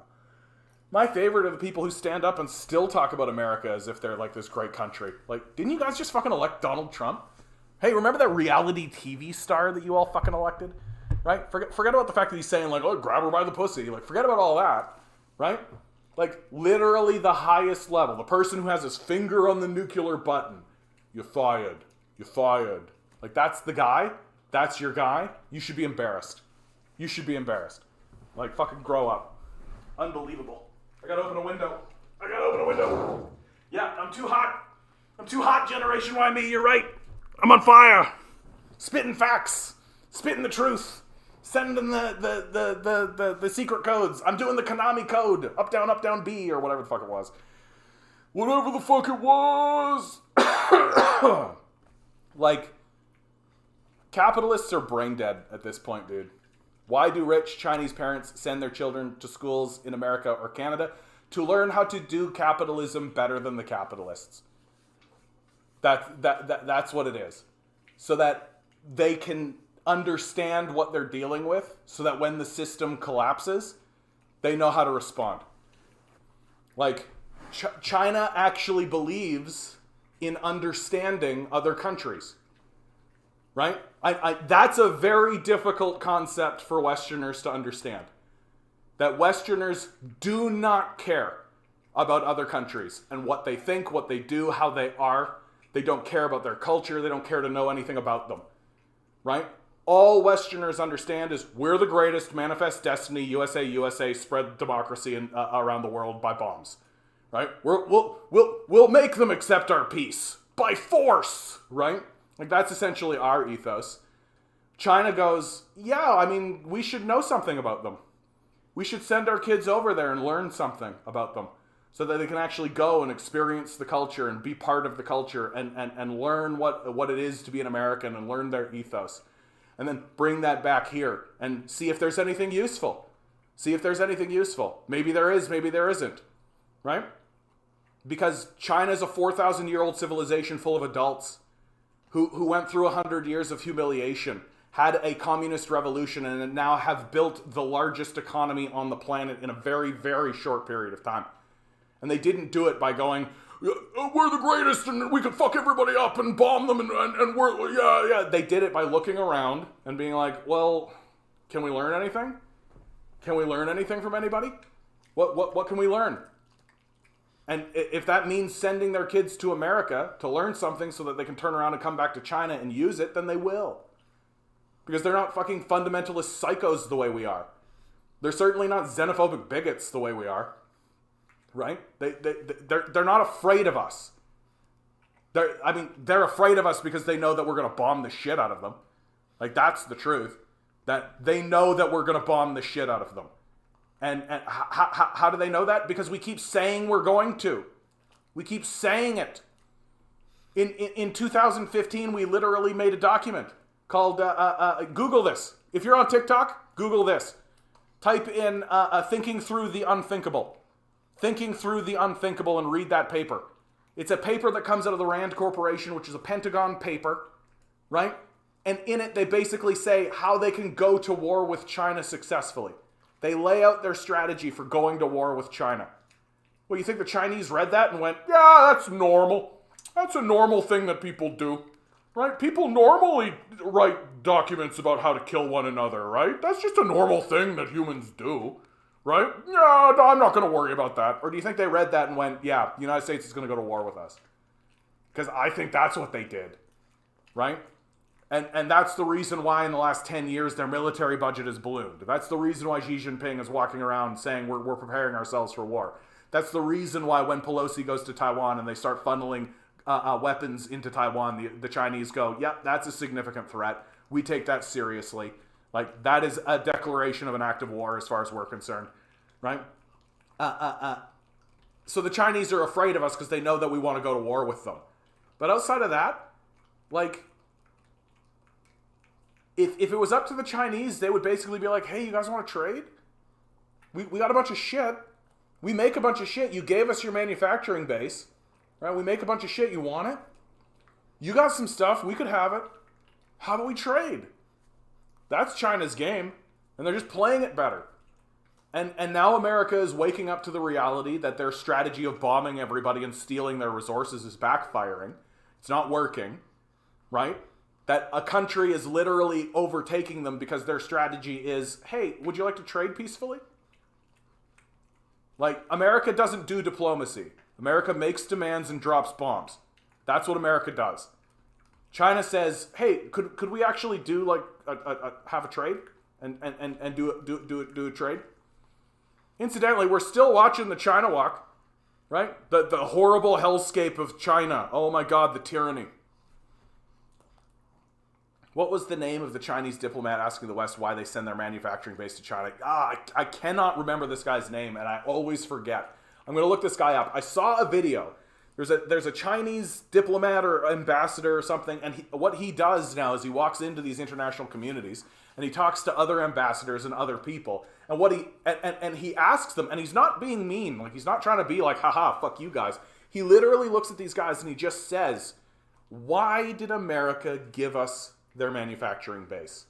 Why did America take their manufacturing base and give it to China?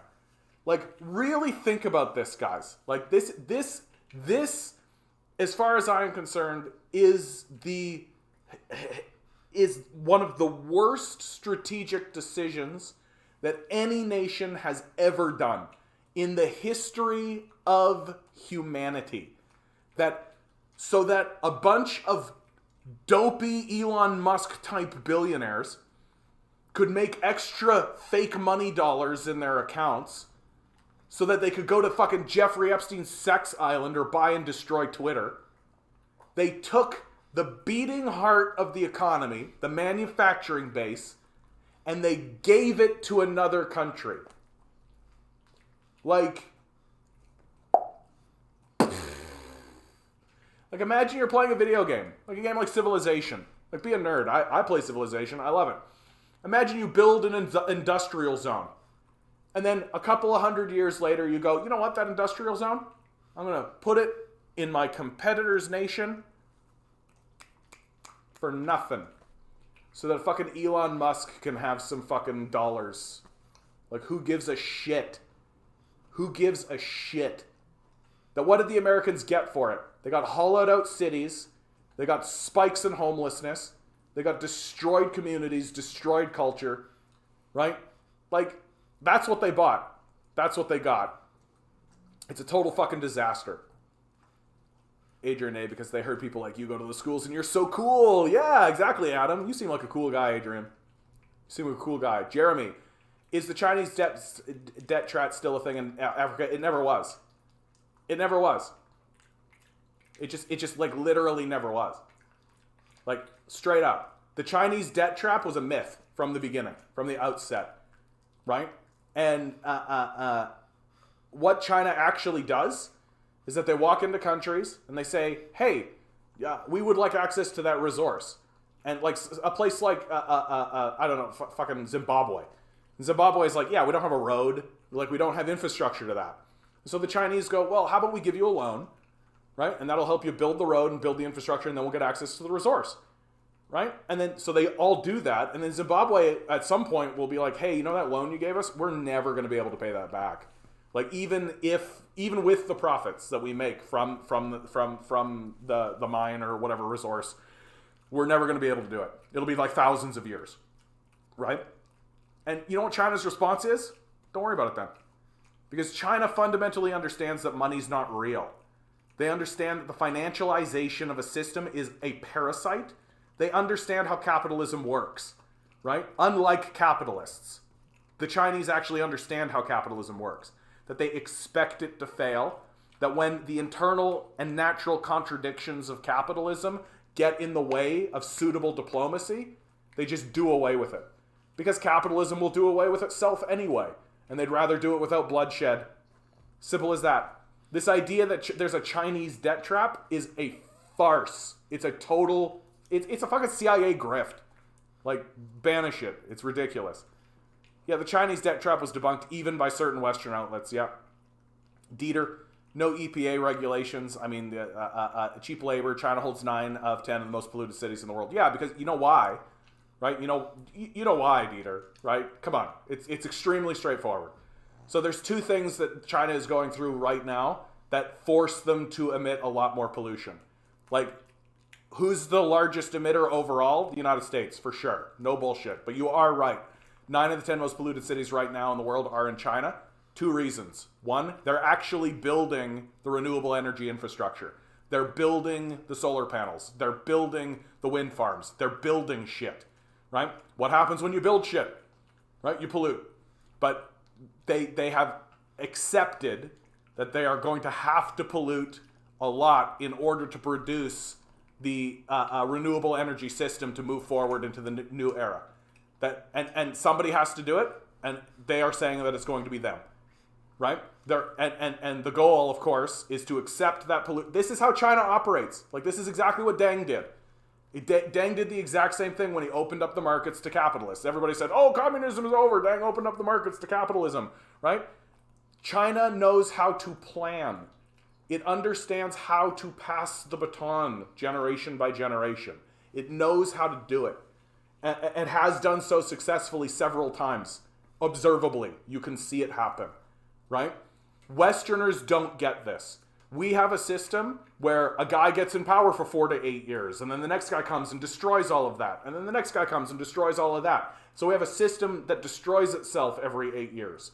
That's just constantly in a perpetual cycle of self-destruction. We literally have a system. We literally have a system where if somebody stands up and said, hey, that Republican did something that I think is good, so I'm going to take that and move forward with that and build on it. Well, what do you think the Democratic base would say to that? Boo! Boo! Because we're shitty. We're a shitty people. We literally do not understand how to make plans, accept that certain things are going to go wrong, and correct for them as the future goes. Like, the transition from Mao to Deng to Xi Jinping, the economic strategy and the economic plan that they followed worked completely. 100%. That Mao went through an industrial period, an industrial era, and industrialized the country. Deng reformed the markets, allowed capital flow into the country, including getting the entire manufacturing base from the United States. How that's anything but a slam dunk success for Deng, right? Is absurd. And then the baton passes to Xi Jinping, and you know what Xi Jinping's job was? Decorrupt the system. Because Deng knew, and they knew that the system was going to begin to get corrupted. Because they view corruption in the political system, they view capitalism in the system, in the political system, as corruption, right? For us, we've just legalized corruption, right? They view it as corruption, and they treat it that way.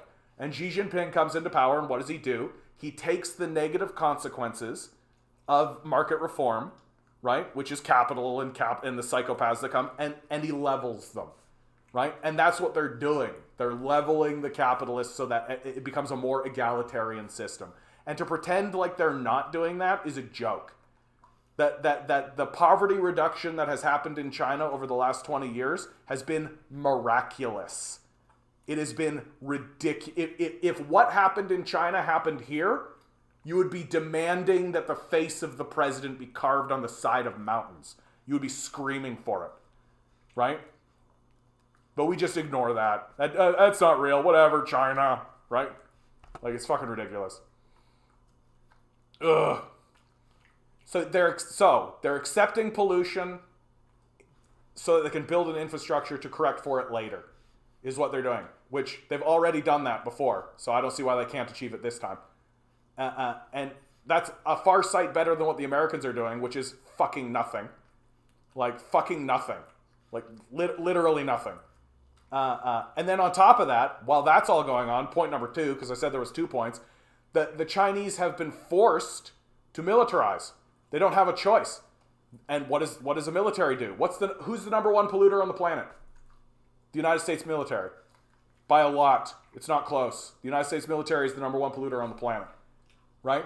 And that eye of Sauron, the United States military, has turned its gaze on China and has said, we're going to go to war with you. And China has gone, well, fuck, we're going to militarize. Why? Because we don't want to get wiped out. by a psychopathic nation that's proved over and over and over and over and over and over and over again its total willingness to destroy countries, right? Do I need to go through the list? Like, do I really need to go through the list? Since World War II, right? Vietnam, Cambodia, Laos, right? Korea. Korea got fucking leveled to the ground by the United States. It's a fucking miracle that they even have infrastructure right now. You can thank communism for that. Libya, the destruction of Libya is one of the largest war crimes in maybe the history of the world. Like, literally, they took a thriving society that had the strongest economy on the continent of Africa, and they turned it into a slave society in a year. That's NATO for you, right? Wonk on wonk, wonk, wonk, wonk. Bow. Woo! Vietnam was an atrocity even to the people of America. Destroyed a generation of Americans. Like, the better question to ask is, what's a country that America hasn't invaded? And this isn't even mentioning all the coups throughout South America, right? The neoliberal project began in Chile, where they literally rounded up people and murdered them in a stadium, right? Extremely well documented. Pinochet, right? All throughout South America, the genocides and the abominations, the coups and the overthrows that happened there. Africa, they literally overthrew 5 African nations this year. This year, they overthrew 5 African nations, right? Well, you think China's standing there being like, America seems rational and reasonable and normal. No, they're not. So they're building a military so that they can fight when the Americans attack them, because the Americans are going to, because they're psychopaths. And if you don't like that, then maybe join an anti-war movement. I'm still trying to understand why Westerners concern themselves about China as if the issue is some moral dimension. Yet the West doesn't have the power to make China behave. So again, you going to cope? I mean, America should be focusing on rebuilding its industrial sector and its manufacturing base. That's what America should be doing. It should be reindustrializing. It should be trying to actually build an economy that produces anything except bullets. But it can't. Because to do so, you have to ask the permission of a group of rapacious, psychopathic capitalists who are completely disincentivized. Where's the money in it? How do I make money from that? And herein lies the central failing of neoliberal capital, which is that if the point of investing is to make money, then why would anyone invest if they already had all the money? Like, it doesn't work. And so when you stand up and say, hey, we want to rebuild our manufacturing base, right? We need the capital to rebuild our manufacturing base. Well, I already have all the money. I don't need to do that, right? I already have the money, right? Yeah, I love these people. Communism is an L. You're illiterate, bud. Simple as that. You're just an illiterate boob. Communism is an L. Yeah, sure, bud. Debt trap. Why don't the Americans just make better deals if the debt trap was true? Yeah. Or are you going to do the stupid thing, put on fatigues, go die for Western capital, teach China a lesson? Yeah, one that none of you will survive. Yeah. We being brigaded by TikTokers? I hope so, dude. I hope the TikTokers come in here, right? I hope some of these fucking loser capitalists grow a spine, come in, try to actually have a conversation, lose, because they don't know anything about the subject, right? Try having minimal greenhouse gas emissions while you start making more than half the world's shit. Yeah, there's that. All of you complaining about China are just schlubby gamers. You are not warriors. This is embarrassing. You folks would think you can talk like warriors. China will delete you, period, end. Like, but this is the thing, and I really want to make this clear. Like, China does not want war. Like, it really doesn't. It's super disinterested in it. That if it was up to them, they would just be, like, peacefully trading. Like, they view this upcoming war with America as a deep tragedy. That's how they talk about it. You can go see it. Like, when Xi Jinping stands up and does speeches about how China needs to militarize and China needs to, like, they're not talking about it with the kind of gung-ho, we're going to go spread democracy and we're the greatest country in the world kind of fucking rhetoric you hear. They're really talking about how, like, yeah, we need to be strong. Like, we need to be a strong country for sure. And there are threats in the world. And it's unfortunate, but it's true. So, I just, yeah. Thoughts on the Chinese housing market where you can only lease a house for 99 years? Yeah, but people get houses. Like, the amount of home ownership in North America is something like 60%. 40% of the populace is renting. The amount of home ownership in China is like 99.9%. Most people own the house that they live in. So, By the way, any of you knuckleheads that get turned to pink mist by the PLA in Taiwan, Conten's really fighting. You got fighting words going on, Conten, today. If that housing market makes it easier for people to own homes, and it does, seems pretty cool, yeah. Yeah, but your grandkids are going to be homeless? What are you talking about, dude? Your grandkids are going to be homeless? Like, suddenly Western capitalists care a lot about their grandkids. That we've literally built a country that and a civilization that is abandoning our children. Forget about our grandchildren. Our children. We do not give a fuck about our kids at all. And you're going to stand in front of me and pretend like you can critique the Chinese system because, their grandchildren are going to be... we don't give a fuck about our kids. We don't care. We plunge them into debt. We plunge them into peonage. We throw them onto the streets. We force them into a rentier class. And then we turn around and gaslight them. That's what we do. We don't give a fuck about our kids, let alone our grandkids. So shut this shit down. And with South and North Korea, they invaded the South and called for help. Can't even have a debate, just getting ignored. I mean, dude, I got shit to get through. With South and North Korea, they invaded the South and called for help. Bro. Like, bro. This is some, like, Reddit meme shit that you're putting out there. Like, the South and North Korean War is a very complex, massive moment involving America, China, North and South Korea, right? And while that was happening, bro, like, I'm sorry, man. Like, you're walking around talking about, like, yeah, there was North and South Korea that lived in a vacuum, in a tiny little box. Literally, the Americans are in Vietnam, Laos, and Cambodia leveling the place. You understand that? You understand that? That during that period of time, they were dropping a bomb a minute on Laos. There's 20,000 undetonated mines in Laos still today. America was crushing Southeast Asia during that period of time, including North Korea. And what, your little bitchy complaint is that the North Koreans fought back? Shut up. You're illiterate. Get back on Reddit. Jesus fucking Christ. Ugh. Did you ever review Serpenza's channel? Sorry, dude. I don't know who Serpenza is, and my brain is hot right now, so I'm not gonna do that. It's a global economy now. China and the U.S. understand a war between the two would end everyone's economic structure at the minimum. But here's the problem, Dieter, right? Is that the American economy is going to come to an end, right? That the American economy is going to collapse. And the reason why it's going to collapse is because it's all based on the idea that the dollar is I'm going to explain this. The entire American economy is based on the idea that every single time a nation trades a good, America takes money out of that transaction. There's an international trade organization where the dollar is the currency of last resort, or the last reserve currency, right? The dollar is tied to oil. The dollar is tied to a lot of commodities. So if somebody does commodity trading, the United States gets a piece of that. And you have to trade in dollars. And if you don't, the United States will literally blow your country up. They've done it several times. And that's going to come to an end, right?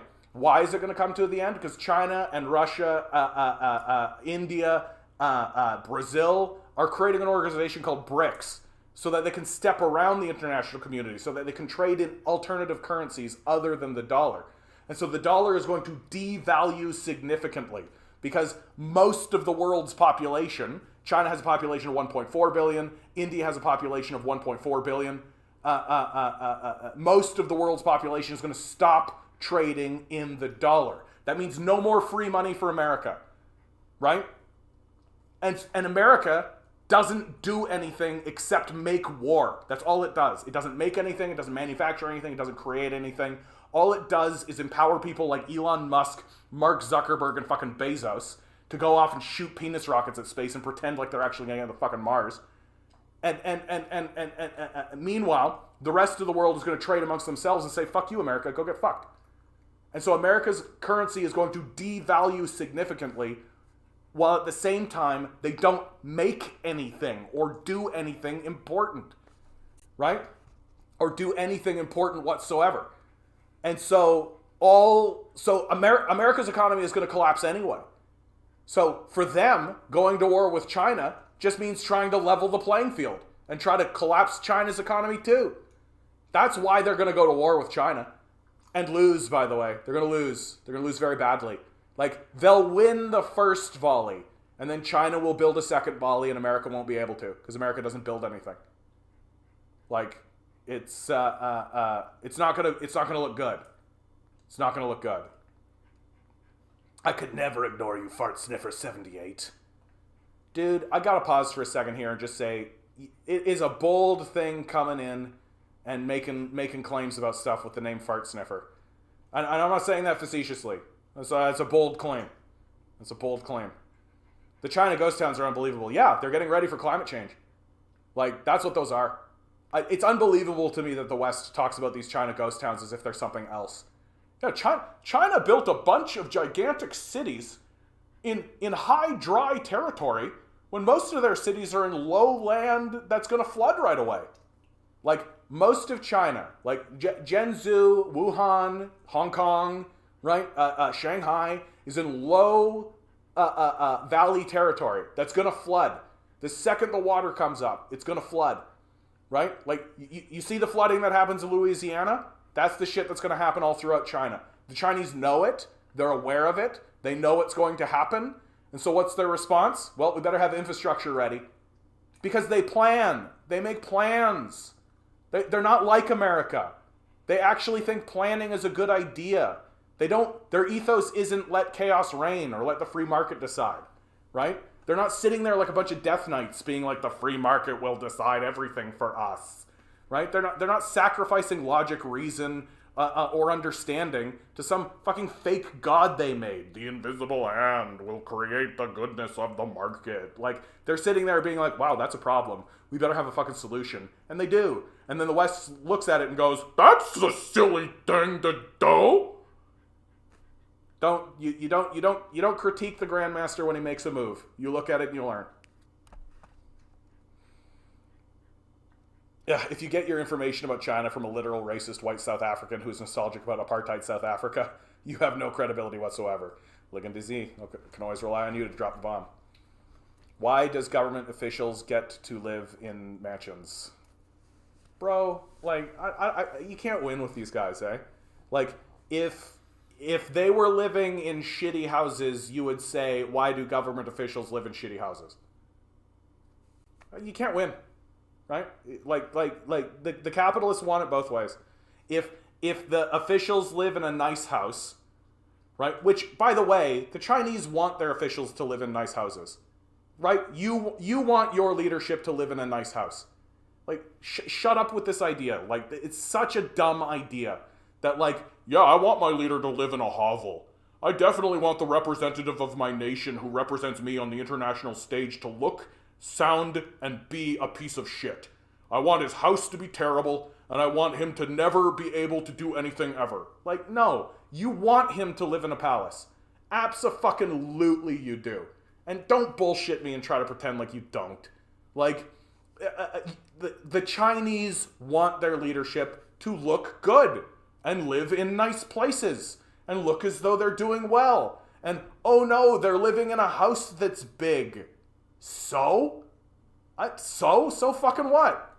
Like, I guess they're too prosperous, right? And if it was the other direction, if they were living in like humble abode, we know exactly what you'd be saying. These Chinese, they can't even get their officials in nice houses. Ha! Ha! That's exactly what would be happening. I'm not good at English. It's not my first language. It's the only thing you can criticize. Why don't you move to China? Dude, you're done. Like, why don't you move to China? Jesus Christ. Jesus Christ, bro. My whole point is I'm heartbeat about it, yeah. Like, do I have to actually explain it to a guy named Fart Sniffer 78? Why moving? Like, forget about the fact that it's basically a soft genocide you're suggesting. People who ideologically disagree with me should be relocated against their will. No. Forget about that, eh? Like that fucking dim-witted position. Jesus Christ, dude. You're like one comment away from me just getting rid of you, bud. Like, fucking Jesus Christ. I'm right there. I'm Dwayne. I'm right there. I'm right there. I'm with you. I am Dwayne. I hope this is a beautiful question, bud.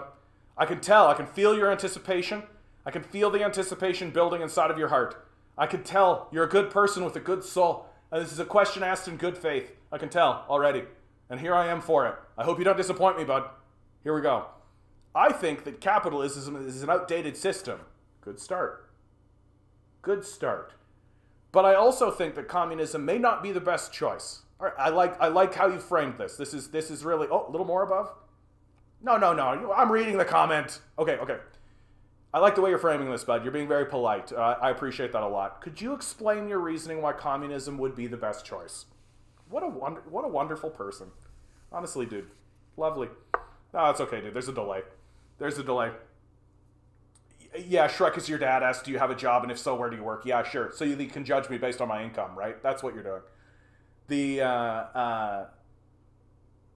So let's answer your question, dude, because you asked is such a beautiful question and very open. Can you explain your reasoning why communism would be the best choice? So at its base, right, when you read Marx, that's the beginning of the whole idea, is Marxism, right? I pull it back to early Christianity because I was raised in, an evangelical Christian. I'm not an evangelical Christian anymore, obviously, but I do think that Marx is rooted in Christianity. I think you can grate that lineage. But I think Marx was interested in describing economic systems and how they work and tried to get away from moral argumentation as often as possible. And at base, what Marxism and what communism is attempting to do, and it's important to understand that it is always an attempt, it's always trying to do, it's trying to look at the world logically, with evidence, and rationally make a plan for how to move forward and improve the situation. That is at base what the communist project is all about. Does it always work? Obviously not. And it would be foolish to say that it does, right? Because humans are involved. It's just how it is. But it's an ongoing, unfolding project, right? And one that has successes within its history that dwarf any success. What's the biggest capitalist success story? I'm not asking that rhetorically. I'm asking you. What's the biggest capitalist success story that you can think of? And I guarantee the shit that the Soviets, the shit that the Chinese have achieved through their study of Marxism and through their pursuit of communism and socialism, right? Through that process, I guarantee those successes dwarf the best American success story that you can come up with, the best capitalist success story you can come up with. I guarantee it, right? Take whatever thing that you've got and compare it to Russia being the first people into space, the Soviets defeating the Nazis in World War II, the industrialization of Russia from an agrarian feudal country in a single generation. Take what the Chinese have achieved. Oh my God, with this shit, the deaths of hundreds of millions of people. I love the CIA. The CIA's the greatest. Yes, CIA propaganda's the greatest. Fuck you. Stop paying attention to the CIA, dude. You're embarrassing. It's an embarrassing thing to say. You're an embarrassment to yourself. Read a book. Stop listening to the CIA. Ugh. I'm not honestly sure, to be honest. Yeah, I'm just here to learn and hear another point of view. That's a great position, dude. I really appreciate you, dude. What a beautiful. I can sense your beauty, right? I can sense it. So you keep doing that, dude. You're gonna do pretty okay. Okay. Thank you for your question, bud. We beat those commies to the moon, though. Fucking so. Like, imagine, like, you know what's way harder than being the first person to land on the moon? Being the first person into space. It's way harder. Like, way fucking harder. It's like 100,000 times harder. You have a good night too, I am, Dwayne. I appreciate it, bud. Like, so we managed to steal the technology from the Soviets, right? And just figure out how to pop a guy on a rock. Yo, we're the greatest. We did it. Woo. And I'd also like to point out, this is also worth pointing out, the Soviets got into space and did that after their country was destroyed by Nazis, right? So their country gets destroyed by Nazis and they shoot a guy into space. Our country watches it happen, right? Completely untouched post-World War II, the industrial superpower on the world stage, and goes, maybe we should also give a shit. And then we create a race. We create an endpoint. This is what victory really looks like. Getting into space is easy. We could have done that at any point. We just didn't want to. Ha! Ha! How did you do that? So, oh, yeah, that's how you did it. Okay, so you got into space. And then you just fucking land on the moon. And when it happens, the Soviets are like, oh, they landed on the moon. Oh, good for them, I suppose. They didn't give a shit. Why should they? Like, the Soviets didn't buy into this space race bullshit. They don't care. Right? It's just us. We're just sitting there being like, yeah, USA. We did something slightly better than the Soviets already did. It's like when fucking Elon Musk Bezos shoots a rocket into space. Bezos shoots a rocket into space and goes, and we're all like supposed to be like, yeah, you did a thing that NASA did 50 years ago already. Who gives a fuck?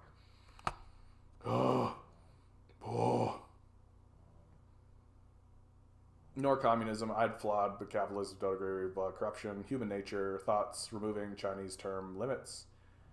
I don't think they didn't remove Chinese term limits. Like, that's not what happened. That the term limits were always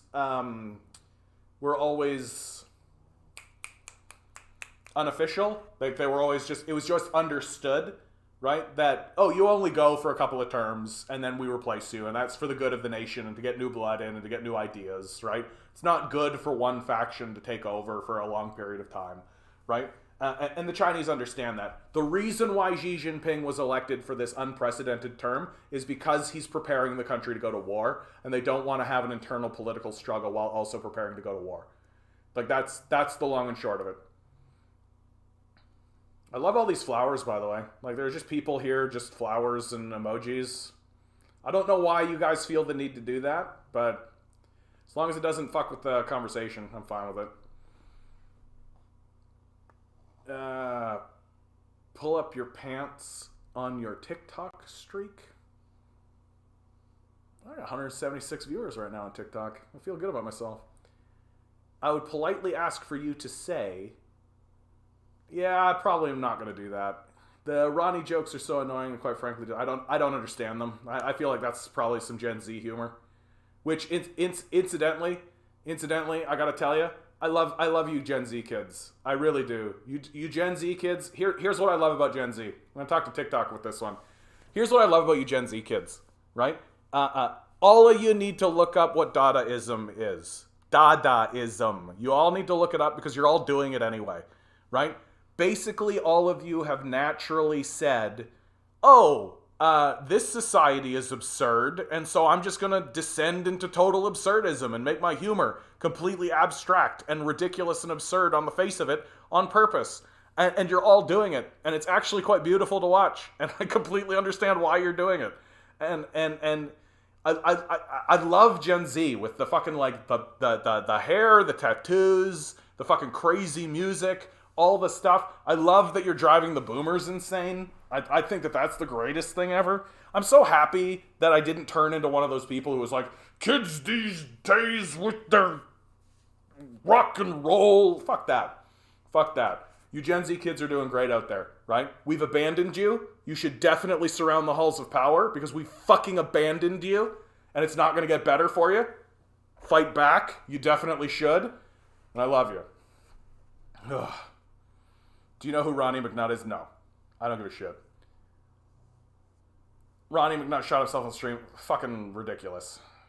Any technology that benefits humanity that is not purely for entertainment should become free of rights, and R&D compensation should be given back tenfold via world taxes or something.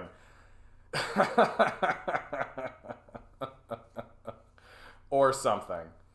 Yeah. No, it's Ligon DC. It's the internet. It's the nature of the internet, dude. People get we're fucking dogs, basically. We get distracted by literally everything, right?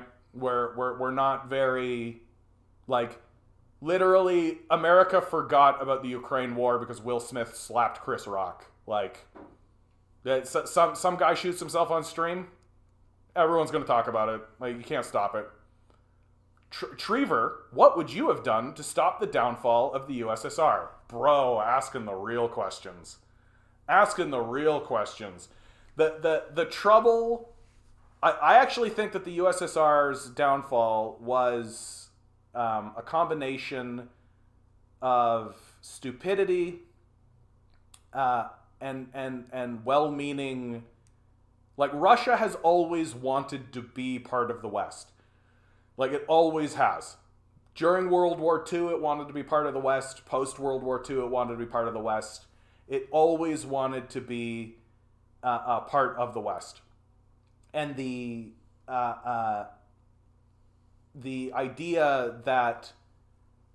So, post-Stalin, like with Khrushchev and Gorbachev and Yeltsin and all these guys, what you see is a transition away from communism into neoliberal capitalism as an effort to integrate themselves into the Western system.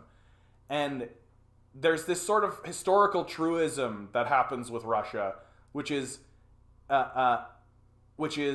very strange, or not strange, but very kind of tragic, where Russia wants to believe the best in the nation that it's working with.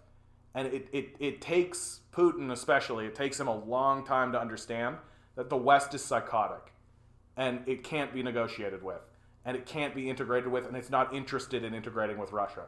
And so I think the transition away from communism would have probably been the only way that you could have probably prevented it is if you convinced Khrushchev and Yeltsin and that crew that they were being played. Because they were being played, that the West was never going to allow Russia to integrate, that the closest Russia ever got was being invited to the G20, the G8 rather. Remember, the G7 used to be the G8, and but it was finally when Putin was rejected from NATO in 2010 that Putin finally put two and two together and said, the West will never allow Russia to be part of it. It will never happen. And so if you wanted to prevent the downfall of the USSR, you would have to convince Khrushchev, Yeltsin, Gorbachev that the West can't be trusted. That's what you should do. Because the West can't be trusted. Don't believe anything you hear from the West. It's always CIA propaganda. Always.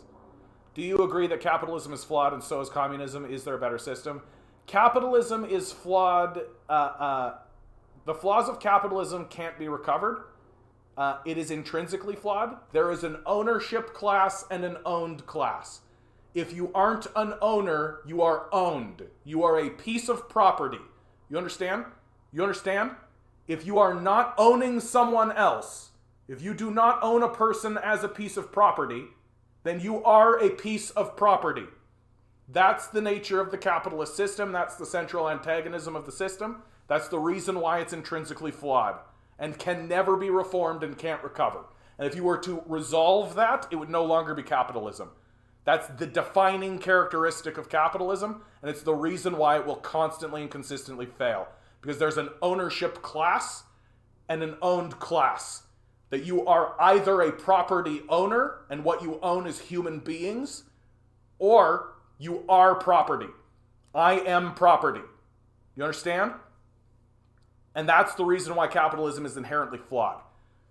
Communism is the attempt to build a system that moves away from capitalism, that it has had setbacks, but its flaws are not inherently baked in.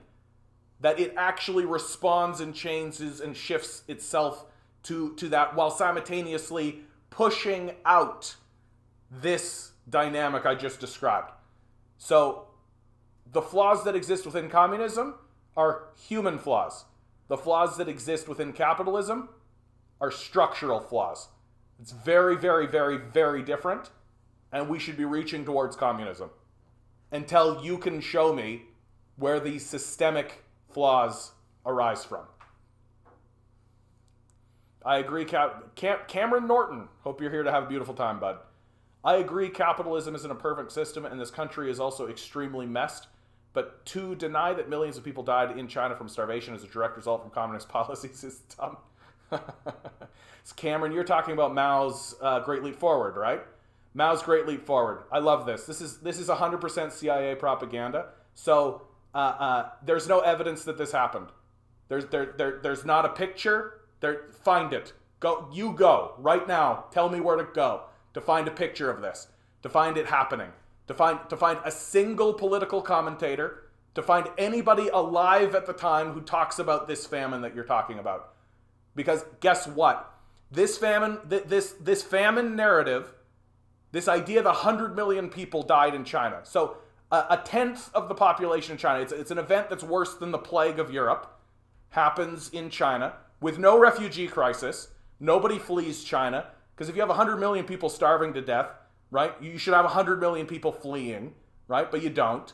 You don't have a refugee crisis. Nobody's going into Kyrgyzstan. No one's going into Afghanistan. No one's going into India. No one's going to the Philippines. Nobody's running from China during this period of time due to a famine that kills literally a tenth of its population, dude.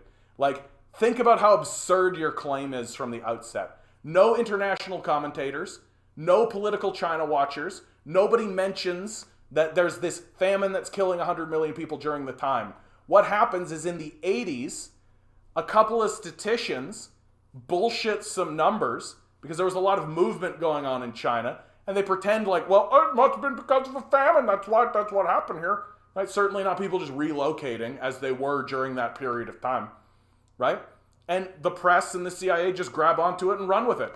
And then suddenly it's Mao's Great Leap Forward as this famine that killed 100 million people. It's not dumb. There's literally no evidence. 0%. 0%. Find me. Find me one international commentator. One.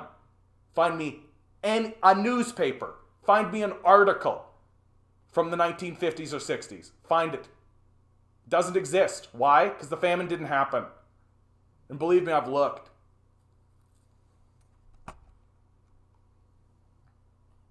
It's so much better than TikTok. It's much more respectful. Well, I curate it. It's a little loose right now because there's a lot of people coming in from TikTok, and also you gotta like sign up and you gotta go through a whole procedure. So the only people who are willing to do it are the people who understand that they have to be kind of respectful. Because I can just ban you. Like, I ban you. And I take a look at this guy, Doi Doi Head. I know exactly what Doi Doi Head would be doing. This chat would just be full of this nonsense. I'm letting it happen because he's committed to the bit. I love this head explosion emoji, by the way. People are seriously wasting 5 minutes of their life to make a single joke. Yeah, exactly. Nah, it's fine.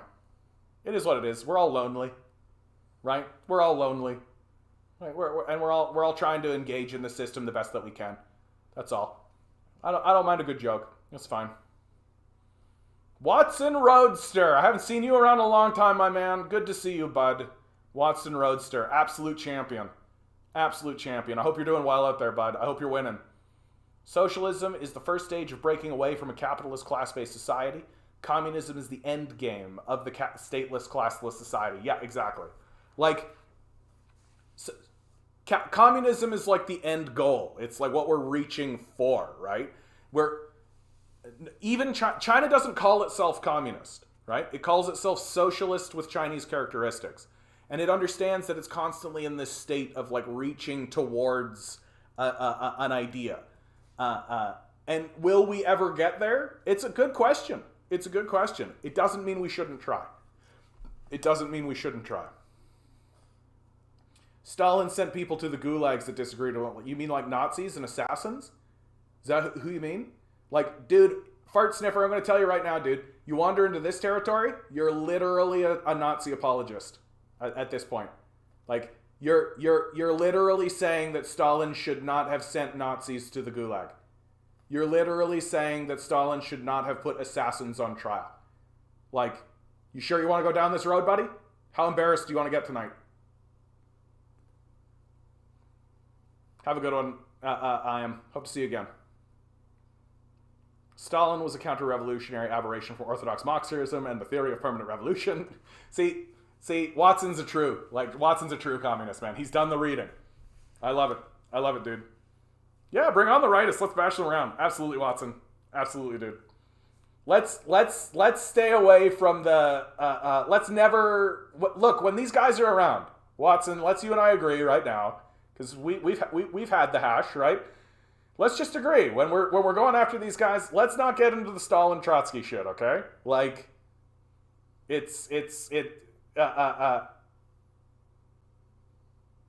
don't see the point. You know what I mean? Like these, we got bigger fish to fry. Can I get an example? Oh my god, dude! Can I get an example? Jay Coagan. You know what, dude? I think that your question is happening in good faith. I believe it. Can I get an example of when communism has worked over a long period of time? So, I mean, look at the screen, dude. You're looking at China right now. Where are we? We're in Hangzhou right now. You're looking at China right now. Like, I don't know what to tell you, bud. If you're not gonna believe your eyes, then I don't know. I don't think there's anything I can tell you. Like this isn't America you're looking at. This isn't Europe. Right here is China. And 100 years ago, this was mud huts. People were addicted to opium. The 100 years of humiliation. They were at war, right? Like literally, dude. Like, if you're gonna stand in front of me and pretend like there hasn't been major successes based on Marxist principles in China right now, I don't know what to tell you, man. Like, straight up, I don't know what to tell you.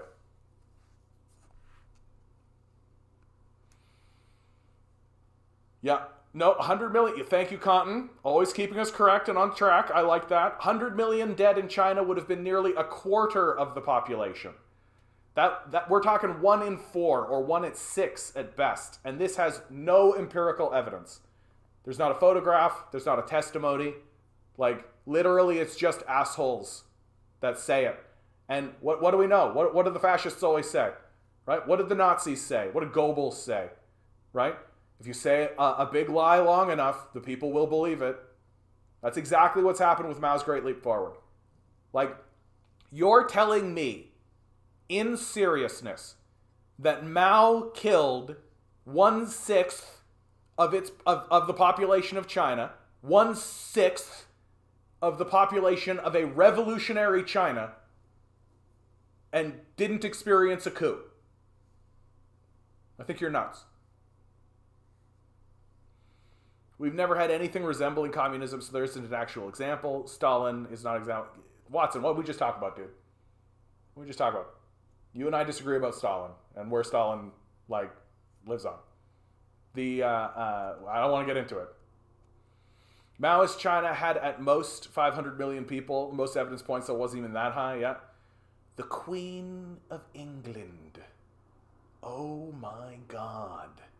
The Queen of England has arrived with the icon and everything. You've committed to the bit, and and everything's right. Like, the capitalization is correct. Kudos to you, bud. Kudos to you. You did it.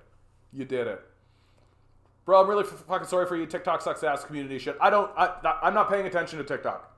I don't give a shit. You can say what you like on these TikToks. I don't care. I'm never gonna look at this. This is just a stream of nonsense as far as I'm concerned, right? You want to talk to me? You want to actually have your views challenged? You want to actually maybe learn something, right? You want to ask a question? You got to come to YouTube. It's in the description. It's all right there. You can read, I hope. Although, the reality is that 60% of Americans are functionally illiterate, so. One possible answer is that most of the victims were Chinese peasants. People who are culturally and socially distant from the Western intellectuals and media. Bro, Jeremy, bro, 100 million people, like 1/6 of the population. There's no such thing as being culturally and socially distant from Western intellectuals and media figures at that scale. Like, sorry, dude. Like, 100 million people? What, you think there was an invisible 100 million people that died? You think that 100 million people just quietly died with no one noticing? Come on, bud. Like, we're really reaching, eh? Can you show downtown Vancouver or America's cities to see the difference? I mean, I don't like to. It's depressing. I think my favorite one is Detroit.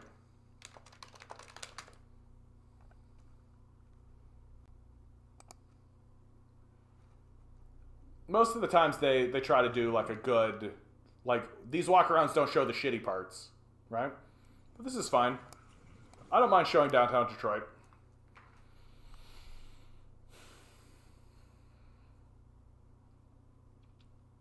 But didn't you say just a little bit ago China was a socialist society? Yep. They call themselves socialists with Chinese characteristics. That's how they identify themselves. And I think that's very clever of them to have done, because they're trying really hard to avoid fundamentalism. They're trying really hard to prevent an ideological fundamentalism that comes along and says, this is the only way to do communism or Marxism. And they're being very careful to say, no, this is socialism with Chinese characteristics, and other countries that are doing communism and doing Marxism are going to have to find their own way. And that we accept that. We're never going to say, you need to do what China did, because the circumstances won't allow for that in a lot of cases. Right? Reality exists, and there is no blanket theoretical truism that can just be layered onto another country, right? It's just not how it's going to work. And so China calls itself socialist with Chinese characteristic. Fart Sniffer says, I'm Jewish. My family died in the Holocaust. The only reason I'm here is my great-grandma escaped Germany. Yeah, Nazis, right? Fucking Nazis. What a bunch of assholes.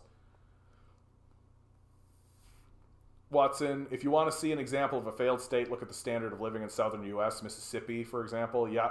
And it's only going to get worse for them. Like, it's only going to get worse. American number one, I'm taking all the oil. Yeah. Thanks, Super Cookie. That's a good illustration of the failed ideology of Americanism. But capitalism is good. Look at America, we're thriving. Okay, bud. This is from the OECD, right? The OECD real GDP per capita forecast per annum from 2020 to 2030. That's the Organization of Economic Cooperation and Development, right? This is an international community that most Western countries, most NATO countries adhere to, okay? Turkey, number one, right? This is the expectation of growth that's going to occur this decade. Okay? Turkey, Estonia, Latvia, down the list we go, right? The OECD medium is right here, right? So boink, the middle, doink, right there. The average, doink, right under Israel. Then Greece, then the United States. So the United States is below average in its growth in the nations that are being measured, right? You can see it on your screen, it's right there. It's from the OECD. Here's Canada, Italy, Austria, United Kingdom, Norway, right? The great socialist capitalist success story, Norway, Germany, Luxembourg, France, Switzerland, Netherlands, Australia, Japan, the Euro area, all below average, right? Sliding into recession. Our leadership is telling us that we're sliding into recession. Do you know where China would be if it was on this? China would be over here. China's blowing us out of the water, bud. Like, blowing us out of the water. It's not close. That if we keep doing what we're doing, in 10 years, China will be absolutely dominant. It won't be close. Like, and this is by the capitalists themselves. This is the international community of capitalists trying to create a capitalist society that capitalizes and is capitalist. And these guys are like, yep, recession time. Yep, it's going to be bad, guys. Like, literally, we've got Deputy Prime Minister Chrystia Freeland here in Canada telling people to, well, you got to cut your Disney Plus. You got to cut your Disney Plus, you guys. Cut your Disney Plus. That'll really help you out when you tighten your belt, right? Like, our inflation is something like 6% here in Canada. It's 10% elsewhere in the world. There are places where it's higher than that. right? Do you know what China's inflation has been this entire time? 1%, maybe 2%. Like, it's not close, bruh. It's not close. Like, it really isn't. Like, we're doing well. What? By what? Like, we're thriving. How? How exactly? Is it the 700,000 homeless people that has us thriving? Do the 700,000 homeless people mean that we're a thriving people? Does the fact that half the country is living paycheck to paycheck, right, is literally 2 paychecks away from a total crisis and a total meltdown? Is it the hundreds of thousands of people that are being swallowed up by a student debt system? Is that a thriving country? How about the largest prison system in the world? America has 5% of the world's population, has 25% of the world's prison population. Most of it black. Like, where's the thrive? Where's the thrive happening? Oh, is it because Bezos shot a rocket into space? Yeah, it's because Bezos shot a rocket at space. We're thriving, yeah. They slap on sanctions, cause wars, surround countries, and then say, see, communism doesn't work, yeah. Like, if communism doesn't work, then why is the United States spending hundreds of billions of dollars to coup every single socialist and communist project they can find? Like, just let it fail, dude. If it's such a failure, just let it fail. Why the coup? Why the coup?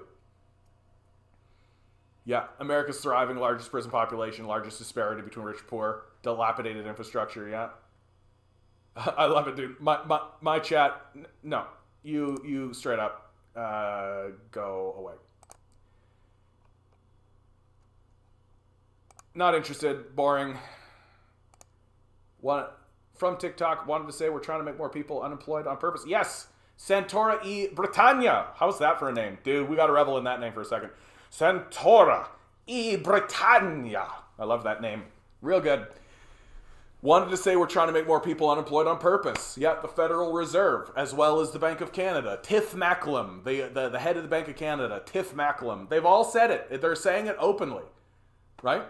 They're saying it openly. If you they want to increase unemployment. That they want to increase unemployment so that they can deal with inflation is what they're saying, right? You know how they should deal with inflation?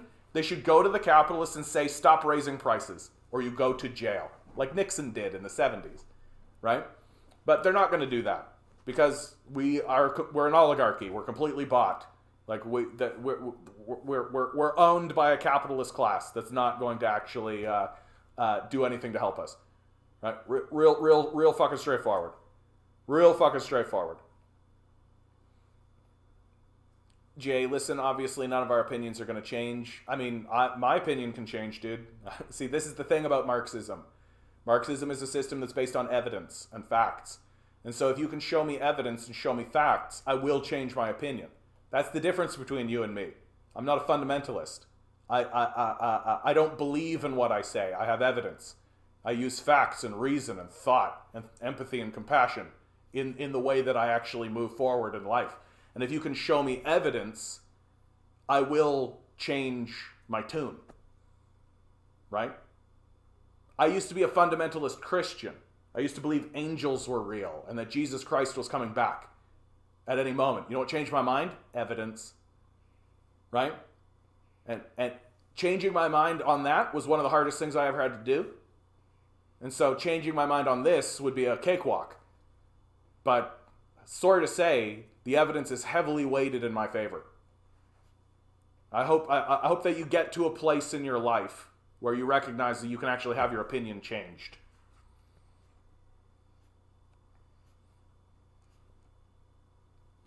You God bless too, Jay. I hope you do well. I hope you do well. Favorite anime? The first season of One Punch Man. Second season was trash. Segatari. What would you say? Segatari. I had to do it. What would you say are the main upsides and downsides to communism as opposed to socialism? Communism and socialism are not in opposition. That socialism is the path to communism. Communism is the palace on the hill. It's the goal. It's like the stated plan, right? That fundamentally, socialists and communists believe that we should have a plan. We don't believe in this idea that the free market will decide. Yeah, let's just let chaos reign. That'll do it, right? No, we think that we should have a plan. And the first thing that you should do if you're going to make a plan is state a goal, right? And so goal stated. Stateless, classless society. Moneyless, some people go for. Religiousness, some people go for, right? Those points, I think, have fallen away as the communist project has moved forward. But certainly, a stateless, classless society is a goal, right? That we're reaching for. Socialism is the path to that goal. That we attempt to socialize the country, we attempt to civilize the country, get it away from this capitalist structure, right? It's a process. You can't just do it. You can't just flick a switch, get rid of the capitalists, and pretend like that's going to work, right? Especially if you're not in the imperial core, right? Like if it could be different. If America suddenly had a revolution, it could be different for them, right? And they'll have to figure that out for themselves. But for other countries where the capitalist super system of imperialism exists, right, and they live ruddered up against it, and they can't get into it, right? They just have to make decisions based on the reality of that thing existing, and it's a process. It takes time, and they have to make decisions based on the reality of what's going on in the world. And so socialism is the path to that. And I think it's very important to remember they are not in opposition. They are not in opposition. That one precedes the other. What is the point of making people jobless and homeless if them working would benefit from workers? What's the point of making people jobless and homeless? Look, the goal of the capitalist system is to extract as much wealth out of the society and then abandon it. That's the goal. And at this point, it's basically become stated. They're basically being upfront about it. And so they have no reason to give people jobs because that's just wasted money for them. Like, why would they walk into small town like Virginia and try to create a business there? Those people don't have any money. They don't care. Like, they're not going to go do anything. They're not going to give those people jobs. In fact, the fact that those people have jobs is a problem because they got to pay them, right? So just get rid of those people. Cast them aside. They can be homeless. Fuck them. We'll take that money and leave. That's what they're doing. I'm going to head up, man. Good to see you, Queen of England. They are blaming inflation on wage demands. Inflation is based on excess supply of money and the velocity of that money. Who received the cash in April of 2020? Who did not? Yeah. Watson's talking about the $3 trillion transfer of wealth from the nation to the oligarchy, right? No, you don't, backbreaker. Capitalism works if we nuke every country that tries to separate from us. Super Cookie getting it right. Super Cookie getting it right. I'm done with this Ronnie McNutt shit. Get the fuck out of here. Capitalism sucks for that reason. I appreciate the answer. Thank you. Secretary, I appreciate you, okay? Good luck out there, okay? Cyan Weefer. Cyan Weefer? I hope that doesn't mean something in another language. Yeah, you're just going to show me some, like, snuff porn or something, dude. As someone from Ireland, these debates from a neutral point of view are getting more concerning. The U.S. is day by day before more and more anti-government. The sad thing is that they're right. No, this anti-government narrative that's coming around is a very convenient one for the oligarchy, exclusively, right? Like, government is not the problem. Who owns the government is the problem. That's the hard truth.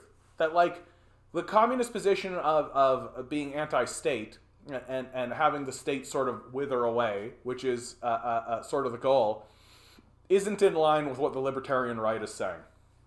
And that the essentially what the libertarian right is calling for is a return to feudalism, right? That's all. All right, backbreaker.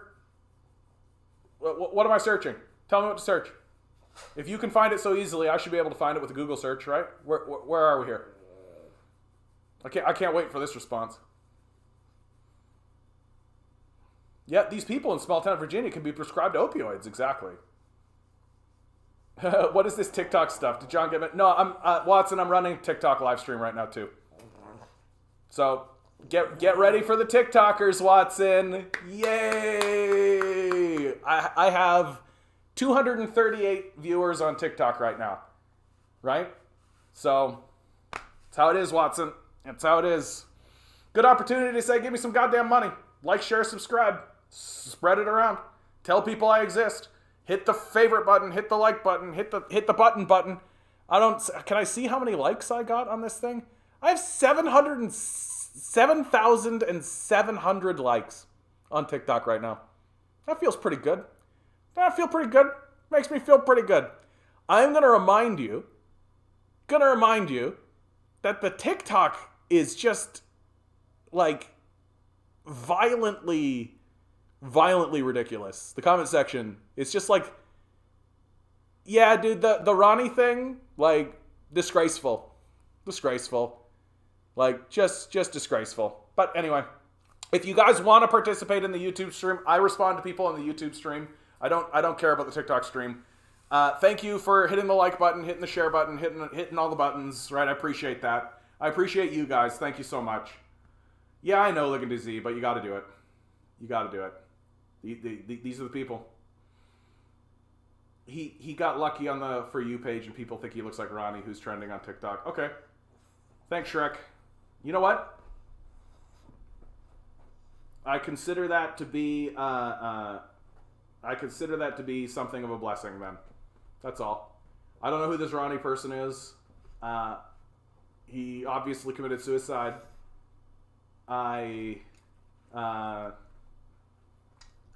Suicide is way up in America. Like, suicide's way up in America. Right? And how to get 200 plus viewers on TikTok? Spitting truth, spitting facts. Oddity. And the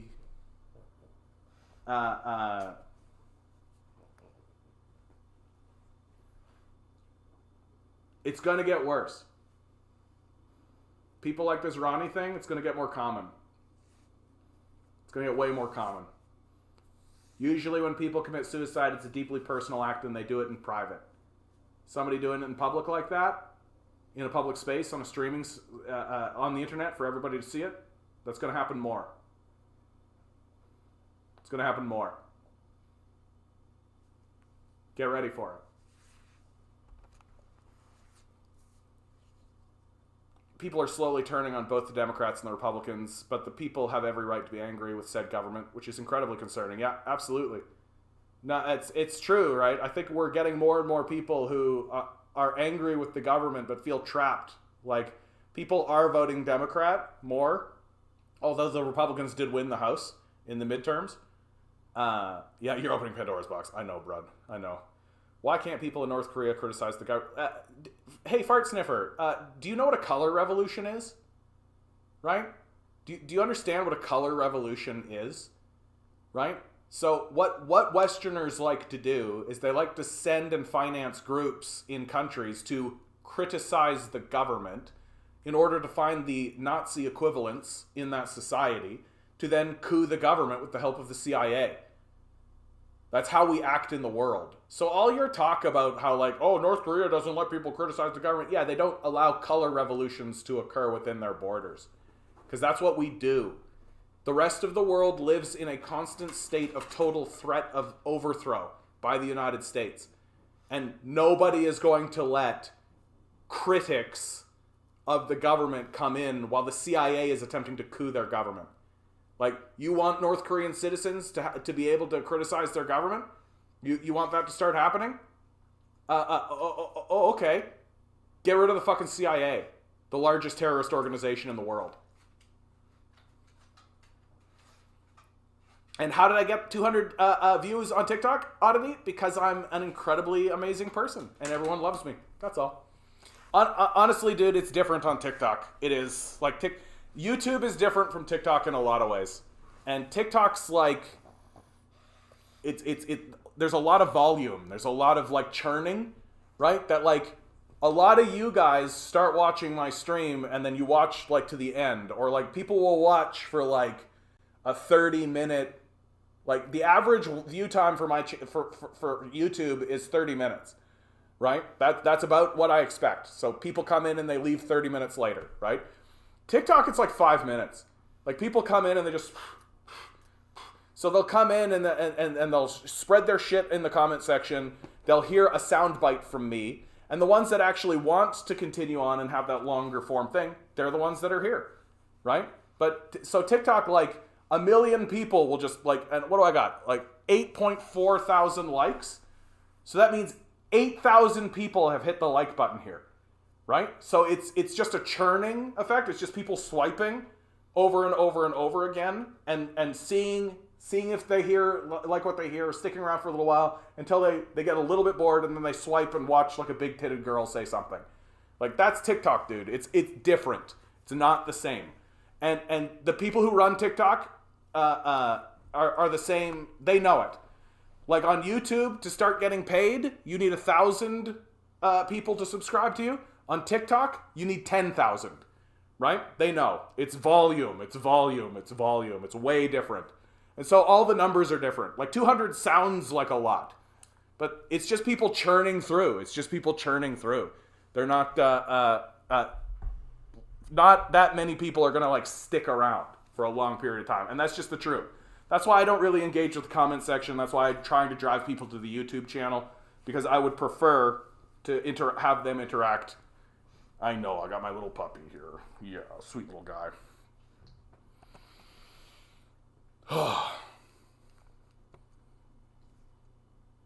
Do you like Italian food? Who doesn't love Italian food? He was a veteran who was suffering from PTSD. Yeah. Yeah, common. Lots of people, man. Lots of people come home. Lots of people come home from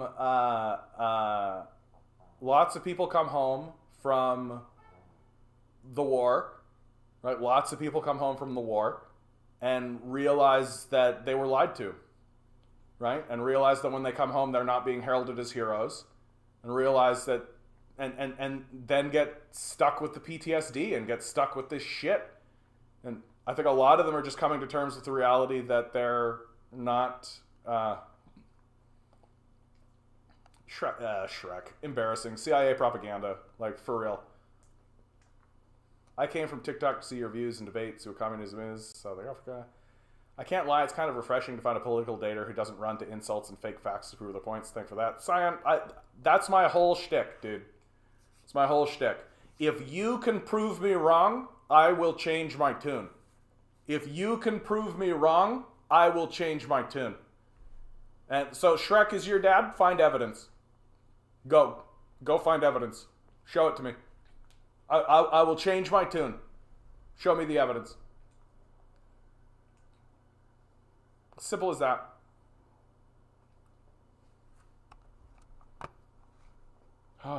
Good stream. It's been a good stream. It's been a good time. I hope you guys are all doing really well out there, honestly. I hope you're all doing really well out there. It's a tough time. It's a tough time to be out in the world, man. It's a tough time to be out in the world.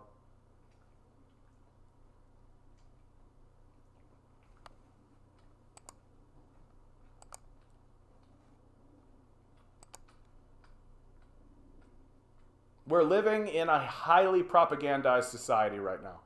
We're living in a highly propagandized society right now where there are literally people walking around believing the most outrageous bullshit. The most outrageous bullshit that, and who are focusing on the most trivial and meaningless garbage.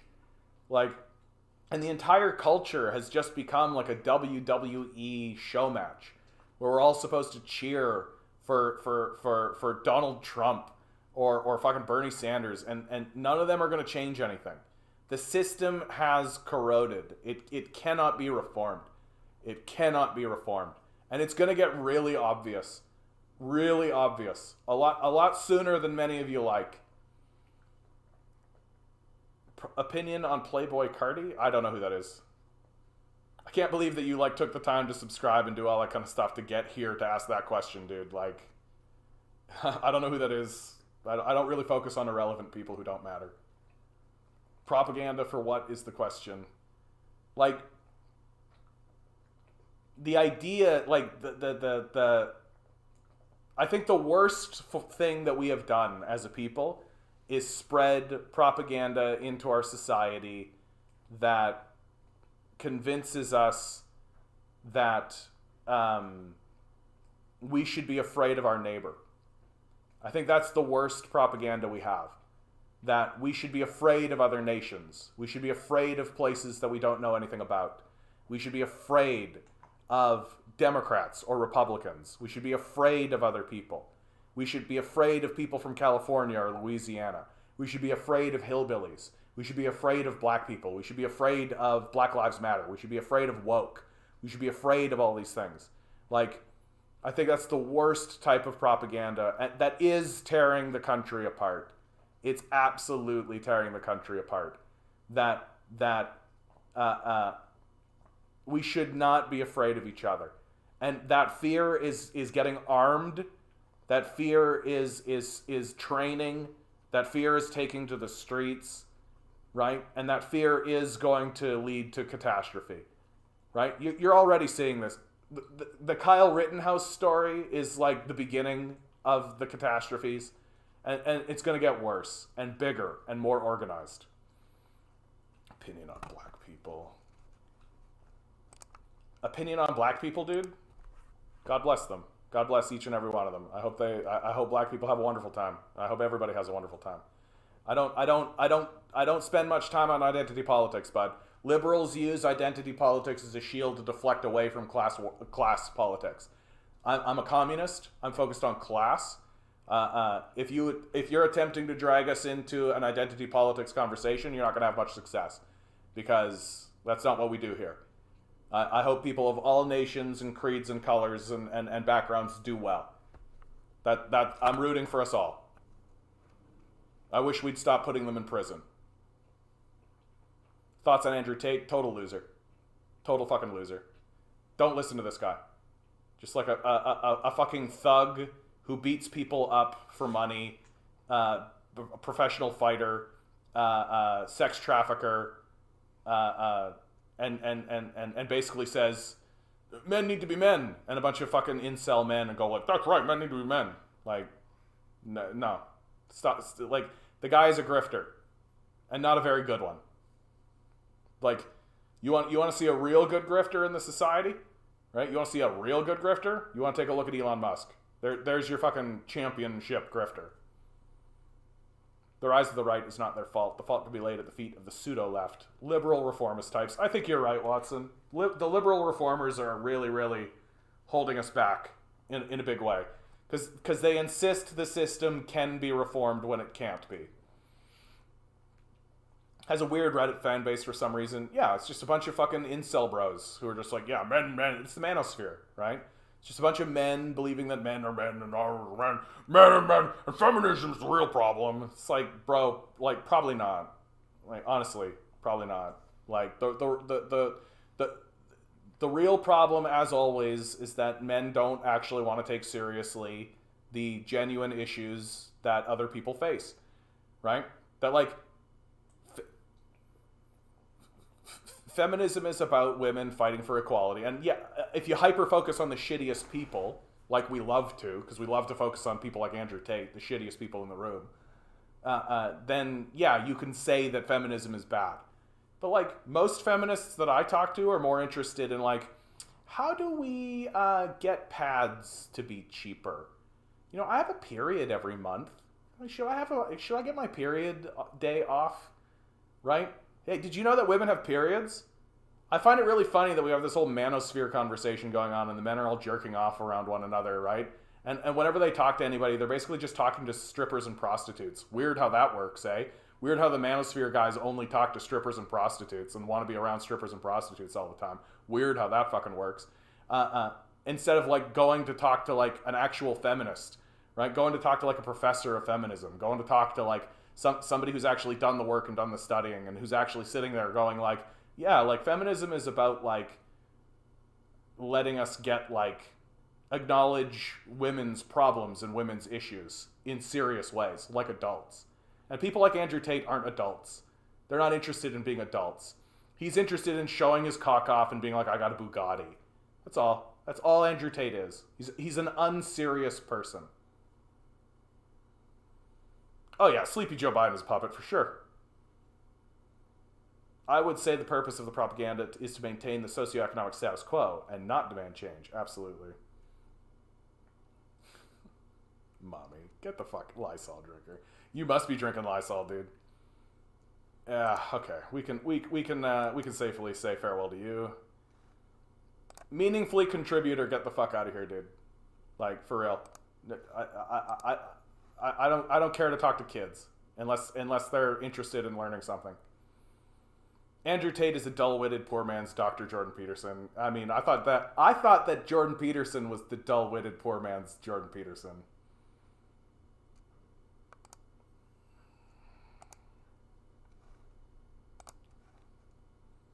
Yeah, strippers, prostitutes, and porn stars. You're right. And let me be real clear about something, okay?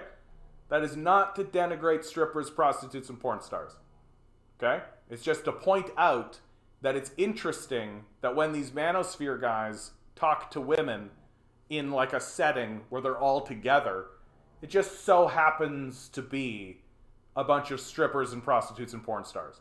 Just so happens that men who are interested in sex and trying to get a bunch of women and spread their seed around and be men's men and all that kind of stuff seem to be having big conversations with strippers, prostitutes, and porn stars.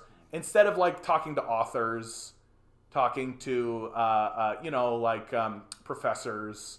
It's just interesting, right? It's just something to note.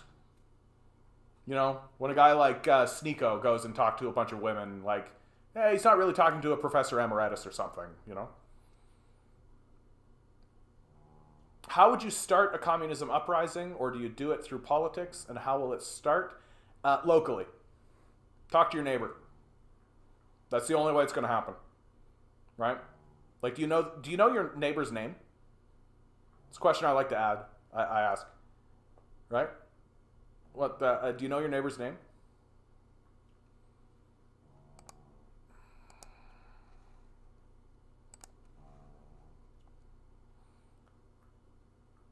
Not at all. It's just that those people are the incels' idealized version of what a woman is. Yeah.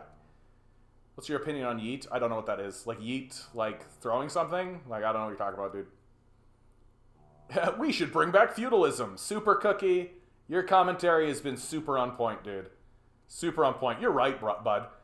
This whole capitalism thing, yeah. You live in a modernized version of feudalism. That's the truth. Watson's just spitting the facts. Like, this is a neo-feudal society. This is a techno-feudal society, right? If you are not an owner, if you don't own property and own people by the force of owning that property, then you are property. You're a serf, right?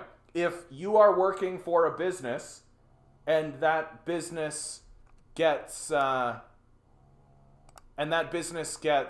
sold, you get sold, right? You get sold. Very, very, very, very simple.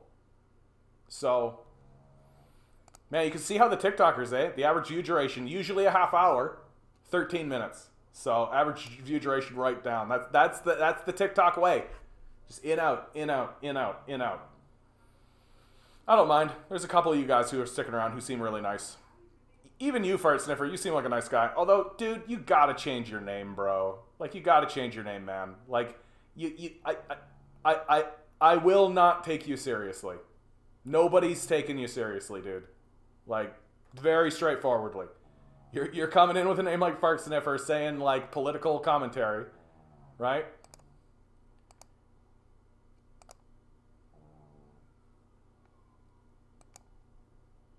Jeez Louise, you TikTokers really are trash, eh?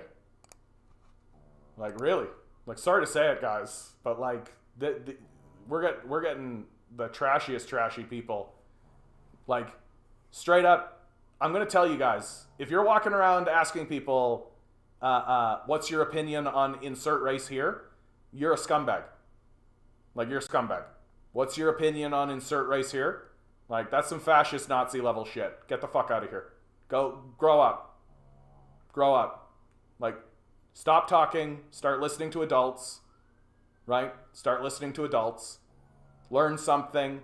Stop listening to people like fucking Destiny and Vosh. Like, stop listening to these losers who have never worked a day in their life, who literally don't know anything about the world they live in.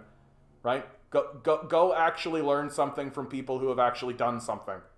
Get the fuck out of here.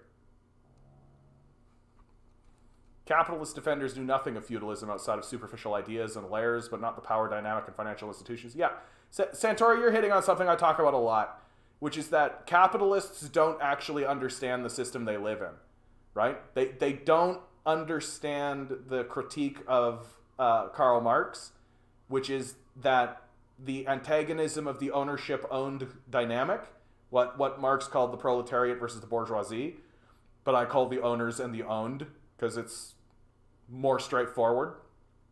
That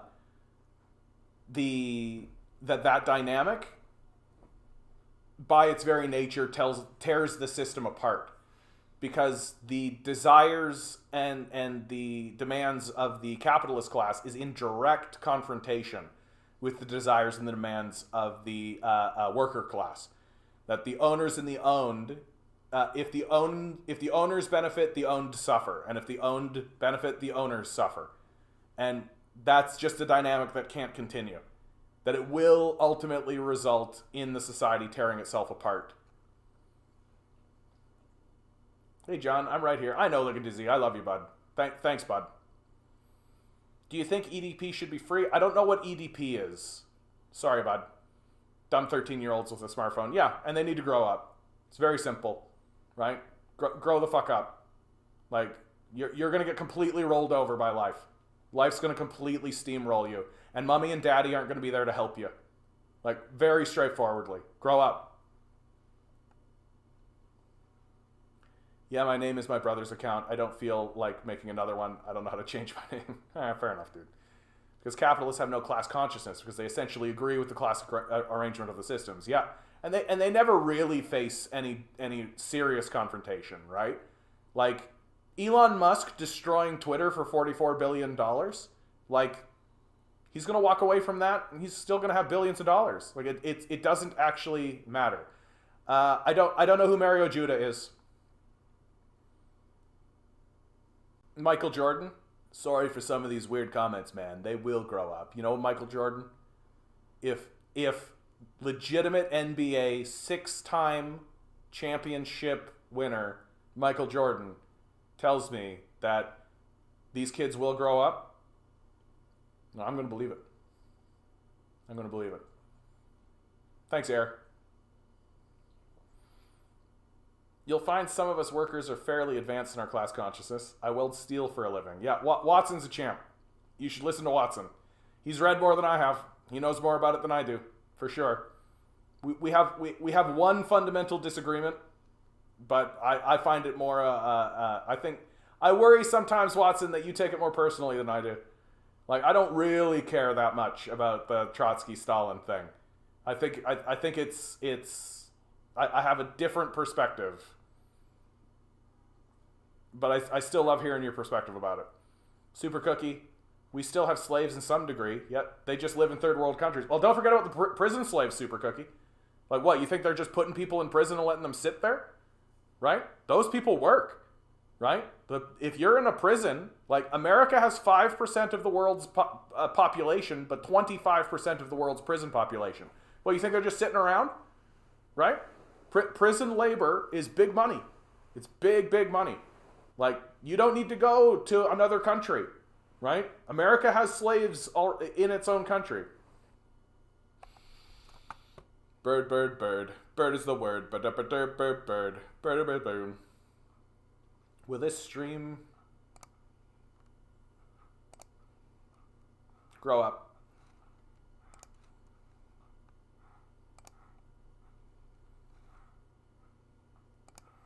And your perspective's highly questionable. Yeah.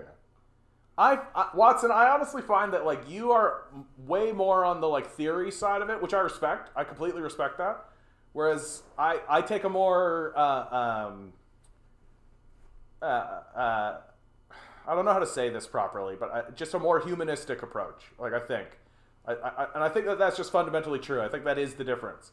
That you're very well read but I think you do view these guys more as gods or characters. That's more fair. More as characters. And I don't. I don't view them as characters. Like, Stalin did some fucked up shit, don't get me wrong. Like, absolutely. But find me a world leader that doesn't. Anyway, I don't want to get into that because that kills the chat for sure, dude. One of these days, you and I will meet, and we can fist fight about it. What do you say? Catcher, these politics are mind-blowing. I hope so, bud. Bird will always be the word. Hey, man, why are you a communist instead of a liberal? Good question, dude. Michael Jordan, of course, asking the poignant questions. Look, liberalism is that, look, conservatism is capitalism is good, you're the problem. Liberalism is capitalism is okay, but it could be reformed a little bit. That maybe you're the problem, but there are some problems that we could work for, but the system of capital itself is still fundamentally good. I don't agree with that. The system of capital is not fundamentally good. The system of capital is fundamentally flawed, structurally flawed, and it can't be reformed. Because any reform you attempt to put through will be regressed by the same capitalist system that implemented it. So that's why I'm not a liberal. Because the system of capital can't be reformed, it can't recover, it needs to be replaced. And so that's why I'm a communist.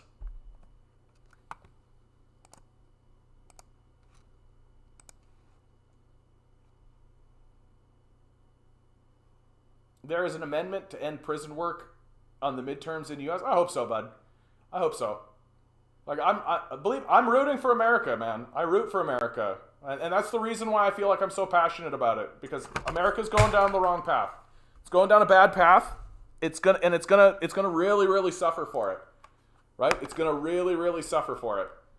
It's not going to be pretty what happens. It's not pretty what's happening in America. And so this is me rooting for America. I want America to do better. And I know it can. It keeps saying how it's this great country, it's the greatest country in the world and all that kind of stuff. Right? Imagine, like, I understand the TikTok stream, that's fine. Imagine taking the time to come onto YouTube, to punch YouTube into the thing, go into a different thing, wait the time, because you got to subscribe, right? I don't just let any idiot comment in here. You got to subscribe, and then you got to wait, because I put a timer on it, right? Imagine going through that process only to say this dumb shit. Like, imagine being this stupid. Like, it's stupid, guys. Like, it's real stupid what you're doing. Like, grow up. Joe Biden and Stalin made the Egyptian pyramids. Aliens. Just wanted to tell you for your chick. Yeah, I know, dude. Believe me, I know. It's right there. I can see how fast it's moving. And apparently there's this Ronnie thing going on too, which my condolences to Ronnie and Ronnie's family. Zane Animations. Did you know Ronnie Mac was not a communist? Okay. My condolences to him and his family. I hope that he's in a better place, and I hope he's doing really well, or wherever he is now. I hope his family is well. I hope his loved ones are well. I wish everybody well, and I hope that the crises that I hope that this moment can inspire movement towards resolving the problems that a man like Ronnie was obviously facing. Do you like Biden? No. It's just like literally like a zombie. Biden is the Bonapartist of the Trump-DeSantis fascism, if you understand the term. Yeah, well, I like that you're putting in the DeSantis thing, eh, Watson? I think this midterm, right, really swung the opinion base within the Republican Party. I think it's more a horse race now between Trump and DeSantis. Sardoge. I would like to genuinely debate you on this topic, but you will probably silence me like communists do. Let's go, Sar. I won't. Right? I won't. Let's go. What's your thing? I am an evidence-based speaker. If you can provide evidence... John, opinion on air? I'm against air. Opinion on Peter Griffin? I mean, he's America's everyman, so he's a complete and total idiot, right? America's everyman. Do you like jazz? What do you want to talk about, Sar? Let's go. What's your genuine debate? What do you want to do? DeSantis is the competent fascist that arm of the ruling class wants. Yeah. DeSantis has really figured out, more specifically, I think, than Trump has figured out, that he can wield the word woke instead of saying the word black. Whenever you listen to DeSantis speak, just replace every time he says the word woke with the word black, and it makes all the sense in the world, right? Makes all the sense in the world. The Ronnie McNutt thing is messed up even more than people making fun of him because you look like him. I don't know, dude. Like, do I? I bet I don't. I bet it's like literally like he has a beard. Like, I bet that's it. Like, we're here. Ronnie McNutt. I just need a picture of this guy. Yeah, this guy doesn't look like me, dude. He has a beard and glasses. Like, fucking bunch of children. Literally like children. Like, that's what we're dealing with here. It is messed up, dude. Like, people should... But, you know, this is the face of America, bud. Like, this is what we're dealing with. This is the failure of the education system. This is the failure of the society, right? We're not teaching people respect. We're not teaching people to respect even death or suicide. Everything just turns into a fucking fart joke, right? Everything's just a fucking fart joke now. Why do you think communism works? And how will it make the world better? You know what, Sar? I don't need to go any farther. Go type into YouTube, China walk around. Right? China walk around. You pick any of these. Let's do Changsha. Right? You pick any of these. You tell me. Like, you tell me, dude. Like,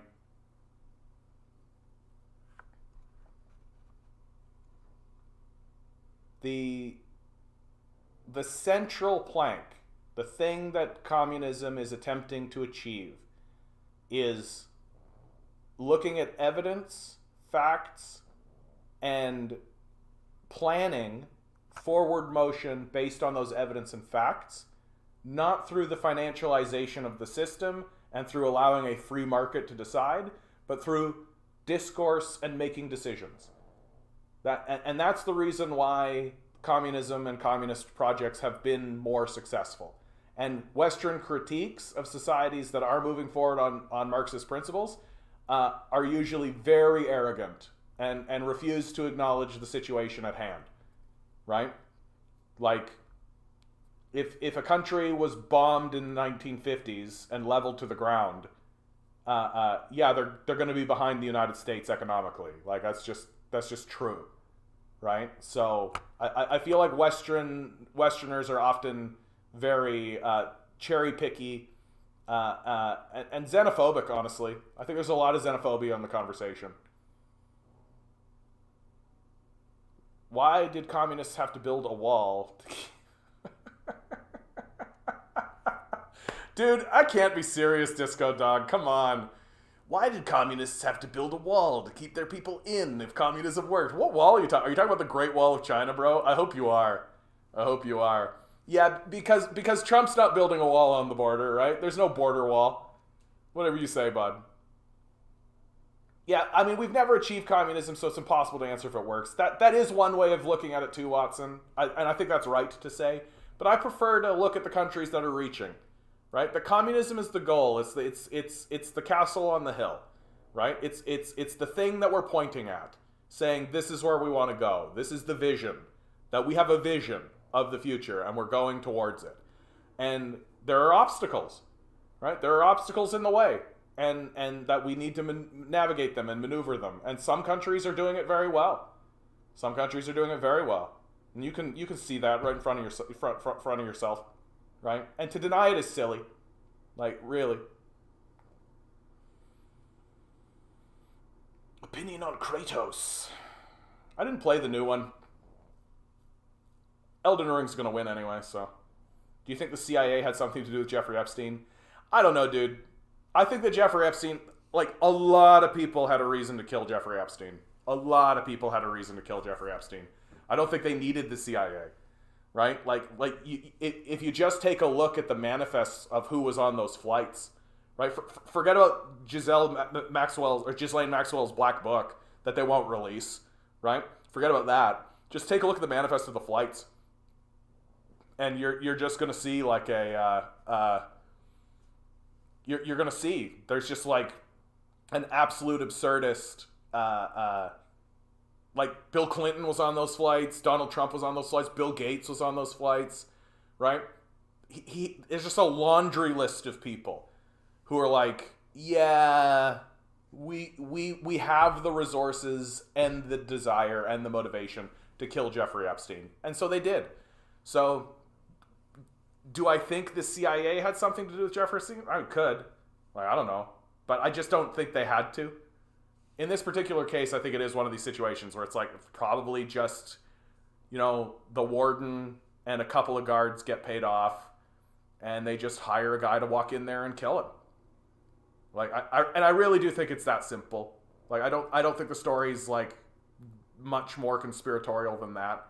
And moreover, I don't think it needs to be one of the big wealthy guys. I don't think it needs to be Bill Gates, right? Like, if you have $100 million, you could make that happen. If you had $10 million, you could make that happen, right? Like, I don't think you needed to be like the super ultra rich wealthy guy to make that happen. Because, like, how much would you have to pay a prison warden to just look away, right? He doesn't have to do anything. Literally shut the cameras off, look away. Like, how much would you do that for? I don't think it would be that much money. So I think that there's a lot of suspects. And I just don't think you need to get the CIA involved in it. And also I think that the CIA probably wouldn't do it because I think the CIA probably would consider Jeffrey Epstein an asset, right? That from the CIA's, you got to remember, the CIA is the largest terrorist organization that exists in the world today, right? They are a manipulative terrorist organization. They're not going to look at somebody like Jeffrey Epstein and think, we got to get rid of this guy. He's going to blow the whole thing out. No, they're going to give Jeffrey Epstein a sweetheart deal if he gives them all of the evidence in order to have dirt on all of these billionaires, right? So I think that it's quite the opposite, actually. I think the CIA would want to keep Jeffrey Epstein alive because Jeffrey Epstein represents a looming and persistent threat. Jeffrey Epstein is leverage, right? Epstein's leverage against Bill Gates. Epstein's leverage against Donald Trump. He's leverage against the Clintons, right? And so Jeffrey Epstein getting killed is, I think, against the CIA's interests. Like what's their motivation? And I don't think the CIA has a motivation to kill Jeffrey Epstein. Quite the opposite. I think they would want him to be alive. What makes you think Erich Honecker's East Germany was communist? Yeah. And down the list we go. Are you a Reddit mod or you Discord mod? Yeah, all this trash. Anyway, we've reached the end of this stream, guys. I do want to finish this stream by acknowledging and saying this Ronnie fella, I don't know anything about him. I hope he's well. I hope that the people who are making fun of him and making light of his suicide grow up. My condolences to him and his family. Always remember, guys, each and every one of you is a quantum being walking around in quantum energy. These billionaires are spending hundreds of billions of dollars in the hopes you'll never realize it. You'll just stay the good little commodity they need you to be. Rebel. Revolt. Repent. Good luck. We're going to need it.